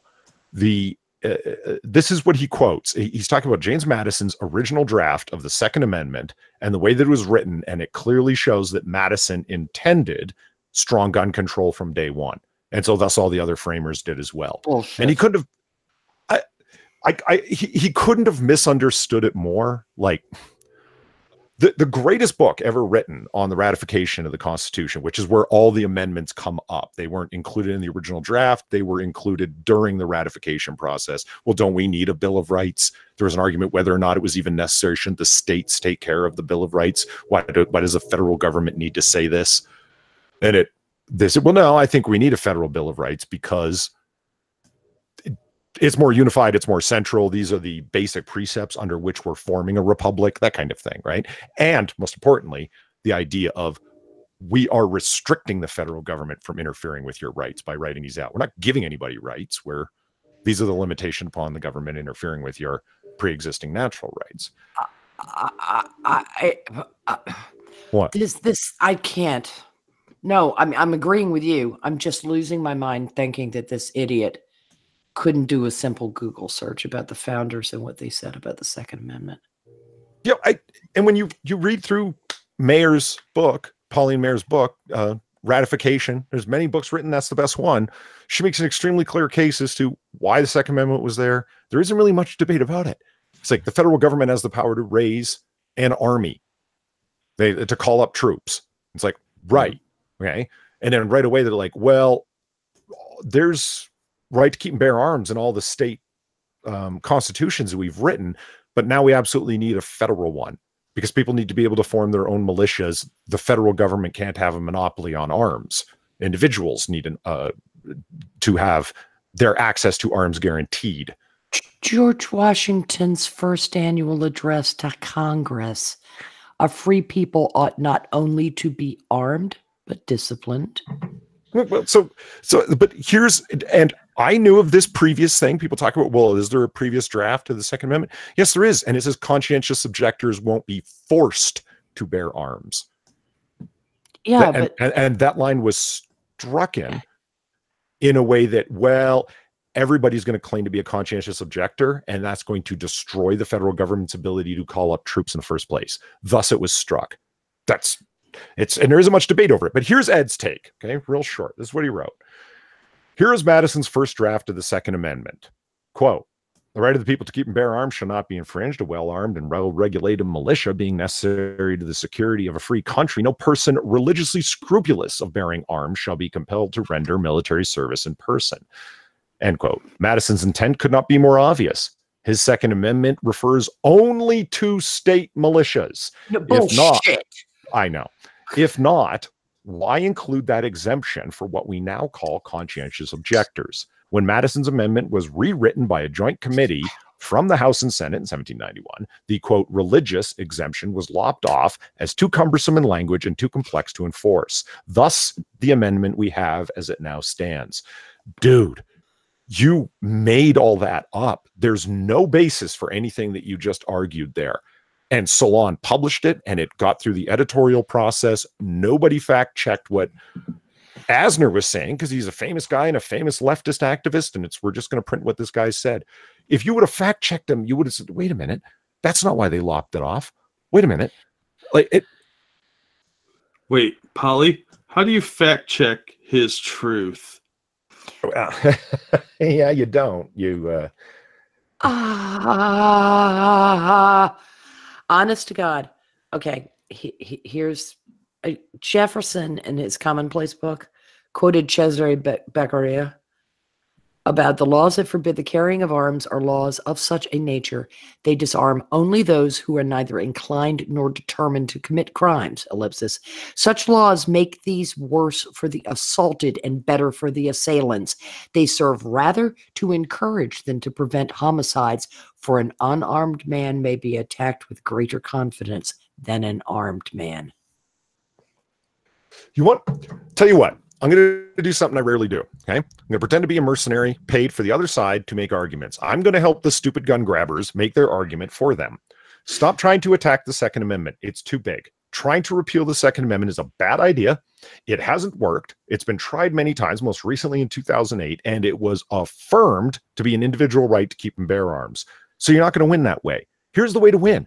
Regulate the right out of existence, bit by bit by bit. Pass one piece of legislation and then another and another. And when you get a federal weapons ban of one sort or another put into place, make sure you do not get a sunset clause put in its place, because that's how you lost the last one. 10 years later, they revisited it and nobody voted for it because there was no evidence that the assault weapons ban did anything from 94 to 2004. That's the best advice I can give you. Stop trying to attack the Second Amendment itself. It's a failed endeavor. It's never going to work because it never has worked. Stop focusing and wasting your money on that. The only way that rights have been gotten rid of in America is when they've been regulated to the point where you might as well say they don't exist. That's the last help I'm going to give you. Go. And Chaos Eve says, dude, it's salon. Integrity isn't even in their vocabulary. You're not wrong, Eve. Like, it's fucking salon, of course. Like, a week doesn't go by where they don't publish a new screed about angry white men. Yeah, it's this. How many times is the Supreme Court going to have to explain? How many times are they going to have to explain this? There is such a body of writing from the founders and from those closely connected to those who are involved in the Constitutional Convention in support and in editing, so to speak, or bulwarking the argument. And granted, the Federalist Papers doesn't harp on it. I think there are only 2 Federalist Papers that address it. Yeah. But there's just an enormous amount of literature out there. George Mason, Thomas Jefferson, Ben Franklin, Noah Webster, on and on. People who were engaged in the crafting of our government and our liberties, and especially as defined in the Bill of Rights. The Supreme Court has again and again, they can't ignore that. The progressives have tried, but they're having a terrible time with it because they haven't gotten a chance to burn all those books or all those letters. They're working on it. Calm down. Monkey, this relates to something that we've talked about several times before. One of the things that either by plan or accident has happened is that most people in the US and around the world have lost sight of the fact that the government does not give nor grant you rights. Your rights are recognized by the Constitution, and are the Bill of Rights is a list of ways the government cannot interfere with those. Pre-existing natural rights is the phrase. They existed before the Constitution, thus pre-existing. Natural, meaning, as in Jefferson's word, endowed by nature and nature's God, like whatever way you want it. So, if you're an atheist, you can take it just fine. Inherent to man. Yeah, these are your rights. And it's like, well, why aren't they respected universally? Because it's a government of the people of the United States, by the people. So this government is restricted from interfering with its citizens' rights because that's the way we do things in this republic. That gets lost on people where they're like, because if people knew it that way, thought of it that way, we're going to repeal this right. Did nature change? Would be the automatic assumption that most people would go to. Yeah, but I'm sorry. There's also the problem that if you have these people who think that if this isn't a right I use, well, it's not really that important. I've actually heard that argument. Well, that was restricted. If guns were restricted, it wouldn't hurt me. I don't use guns. I don't own guns. Right. And they do not get the idea that it's not about that. It is. It's not about whether or not you use the right, because eventually, eventually they'll get to something you do care about. And it's not about having a gun. It's about your right to access them if you so choose. Endless conversations about choice going around today. Yeah, it's your right to do it if you want to. The Cato Institute is the one who pushed their constitutional rights advocates and think tank, and they're really hardcore about it. They fight for all of those things, and most of them aren't gun owners. They're the Cato Institute's the one that pushed and paid for the last Second Amendment case that went before the Supreme Court, DC v. Heller in 2008. And most of those guys at the Cato Institute aren't gun owners. They're just fanatical about protection of rights that exist. Should the Third Amendment go? No quartering of soldiers in private homes during peacetime? It's like, well, I've never had a soldier in my home, so it's not a problem. The point is the government is restricted from doing it and should be. If that right was repealed, that would be a problem regardless of whether or not you've had a soldier kick up his heels on your kitchen table. Well, yeah, and if you're not doing anything wrong, why should you worry about a search from the constabulary? Yeah, nothing like turning rights against a citizen. That's that kind of, you shouldn't, if you don't have anything to hide, you shouldn't worry about this. Bullshit. That's the whisper of tyranny. Well, they don't think of it as something that they're losing.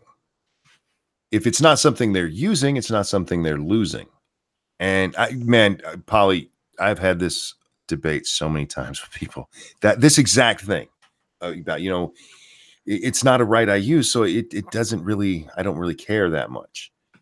And It's not a right granted to you, you moron. It's a restriction against the government from stripping you of your natural rights.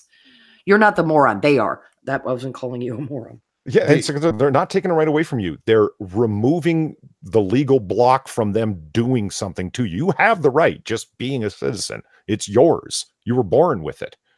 But if I don't use it, I don't care. That's what, seriously. Yeah, they'll surrender power to the government. It is a loss. It is a loss of your right, because government can take any right from you they want, except for the ones we have in that top 10.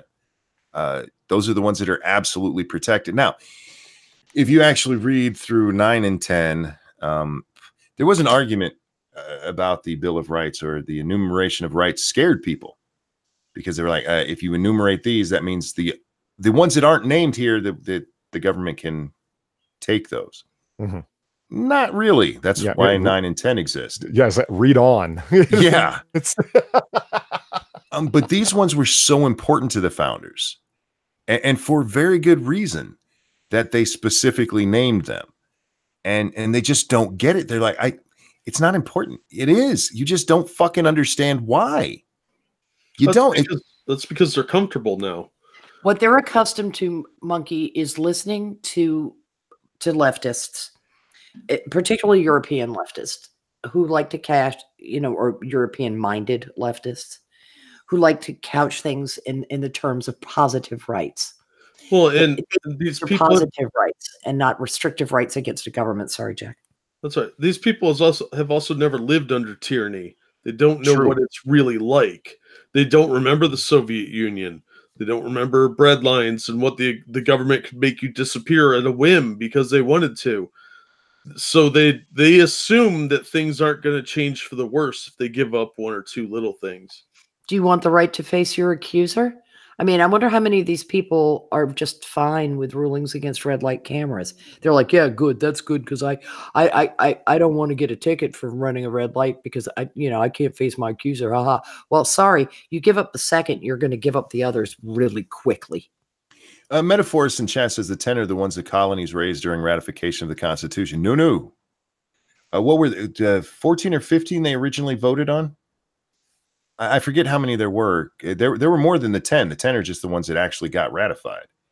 12. Yeah, and let's forget that the first 2 weren't even ratified. If you go look at them, it took a long time for them to eventually ratify them. Raises and changes, and you can't vote on a raise as a representative if you are within a certain time period of having gotten the job, that sort of thing. And it was anyway. Yeah, you're right, Monkey. It wasn't. Here's our top 10 list, and then we pushed it forward. No, it wasn't that complicated or that simplistic. Yeah, there were more that were raised, and I get what you're saying there, metaphor. These were absolutely things that were raised by the states, and not necessarily just the states. The founders themselves, individual men, who were. I just love the people who like. Why are we talking about the Constitution? That's a 200-year document. Like. The people who wrote that are smarter than you will ever be.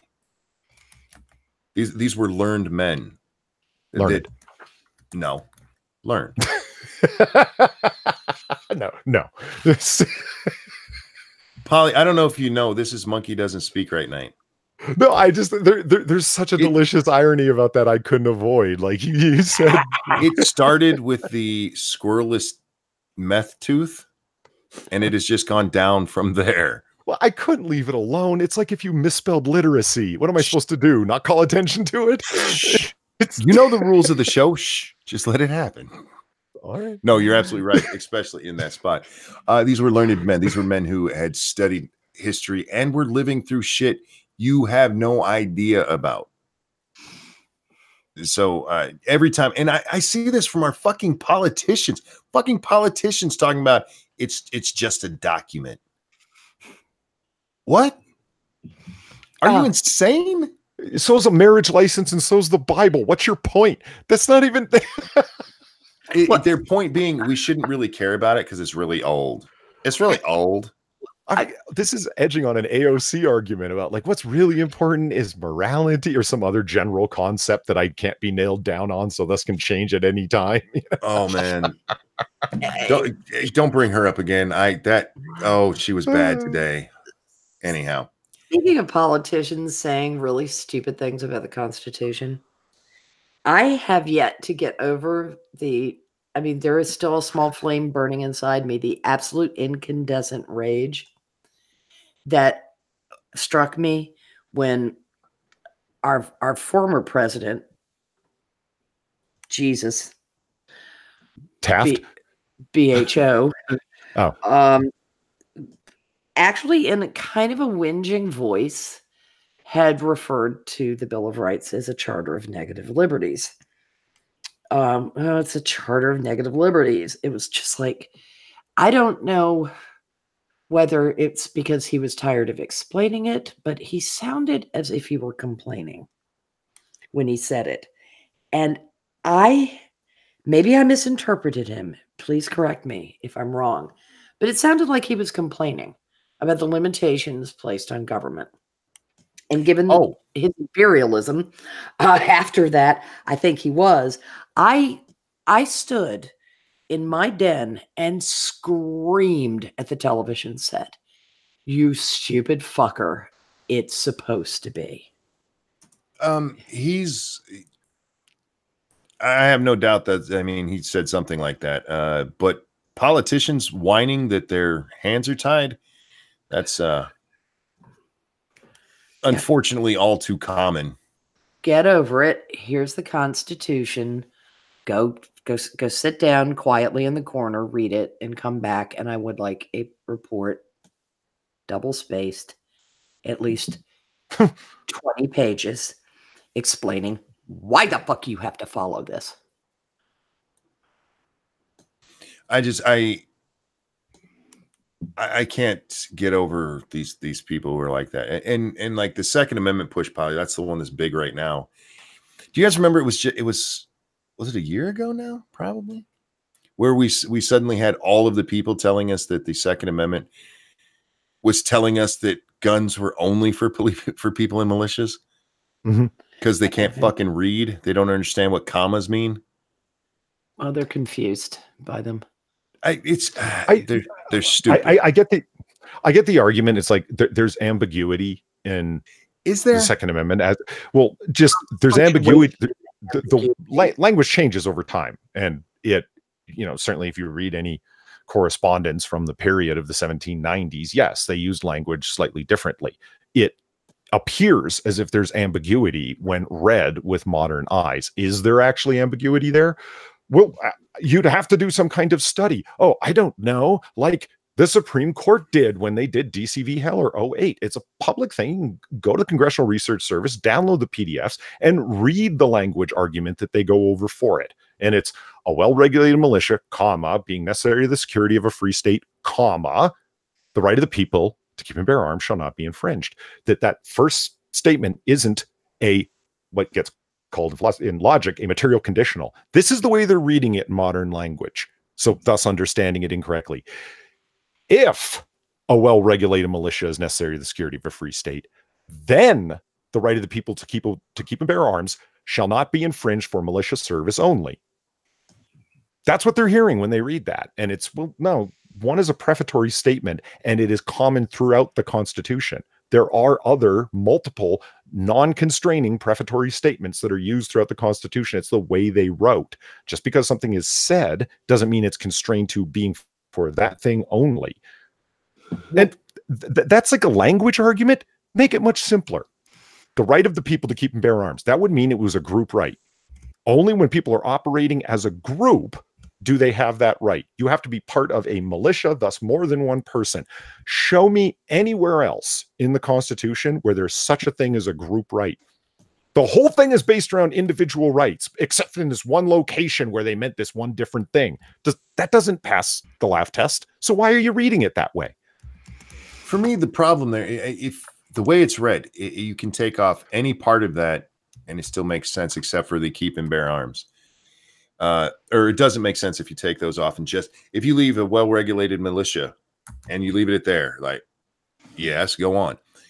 Those are what you call prefatory statement. What you guys doing? It's an explanation. That's all it was.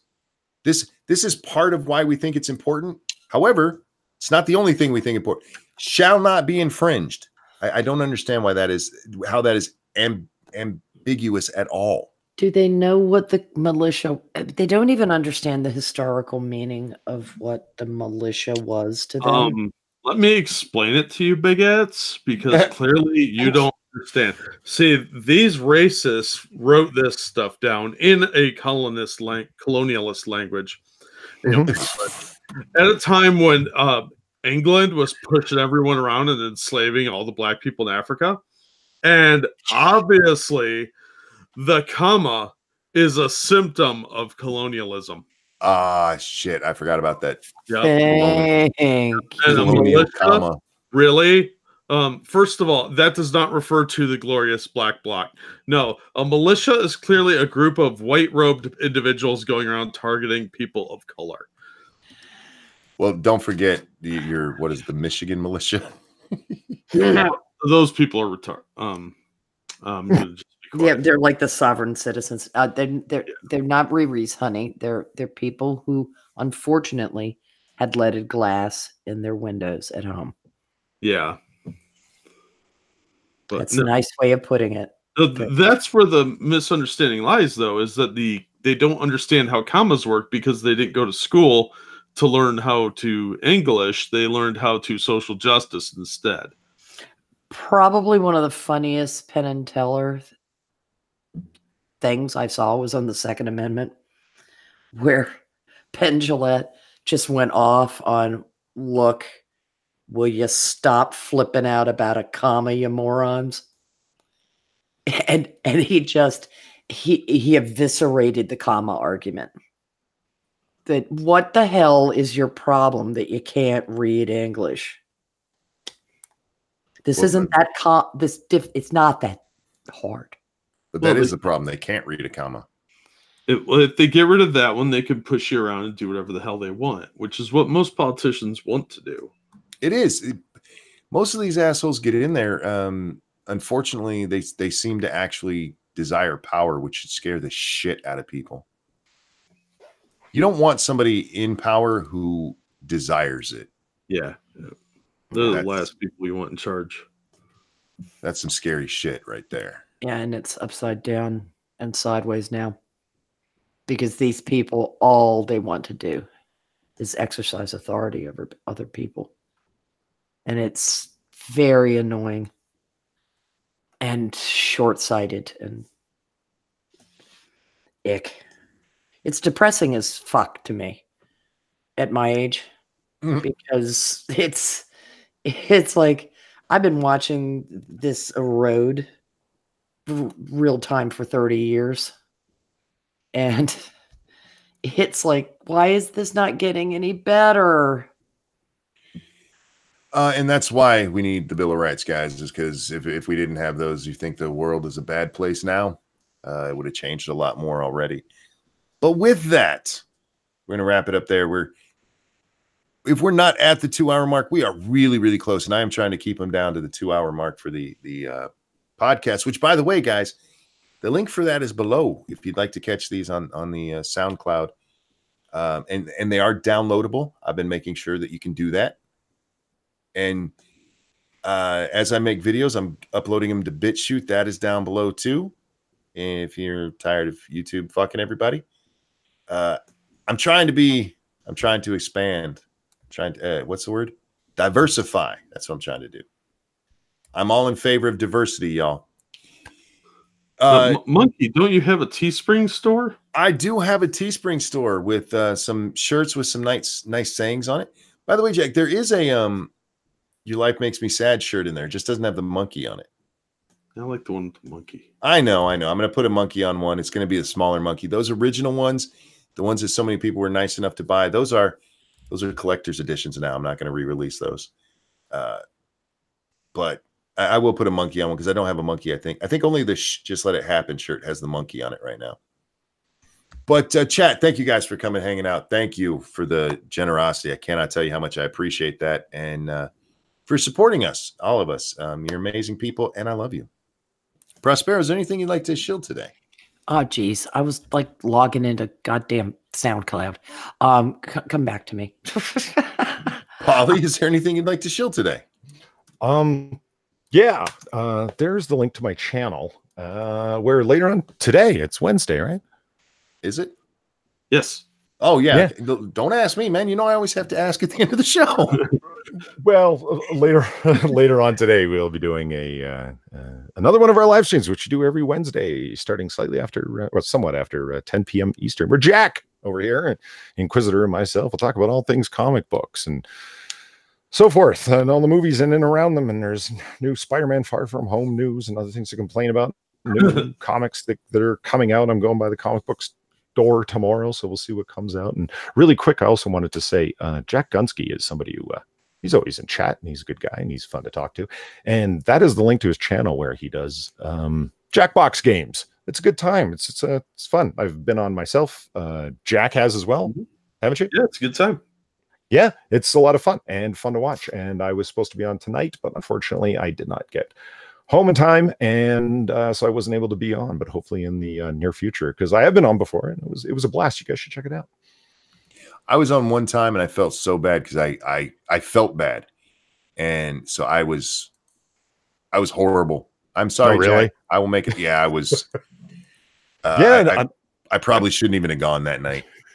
A number of the other minions have been on. It's a blast. If you guys don't know Jackbox games, they're a hell of a lot of fun for group party games and shit like that, and they work really well online. So yeah, check it out. Prospero, are you ready? Hey, there we go. I finally got the link in the chat. You can find me on Minions of the Zoo as a guest some nights and as host on Thursday nights. We are on the same channel every night, Minions of the Zoo. Links in the chat.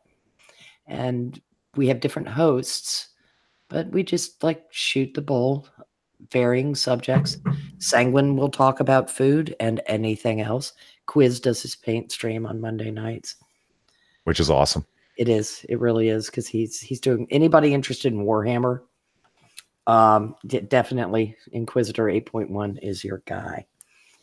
And come by and see us. The zoo is always open at 11:30, 7 nights a week. All right. And Jack, finally, anything you'd like to shill out today? First of all, let me grab a Streamlabs. Thank you, X43. Used to work in a jail. I love cops, work with them, trust them. I cannot explain how quickly any rights given up would be abused. It would just make things so much easier for investigation, etc. They won't be able to stop themselves. We see that in Europe all the time because they don't have these rights. So I completely agree with that. But also, I will be on Polly's channel, and like he said, and go check it out. We have a great time on there because the three of us are pretty awesome people. He's not wrong. And otherwise, I should have a video up today around 2 o'clock on my channel, Bad Comic Reviews. And that's it for me. All right, guys, we are on my channel tonight, 9 p.m. Eastern time for Lords of the Night. No game stream, so if you want to see more of me, you got to come see me there. And I know you do, so come see me over there. I would like to thank Prospero, Polly, Jack for coming and hanging out with me. Chat for watching. You guys are amazing. Have a wonderful Wednesday, and we will see you next time. Bye. Have a good night.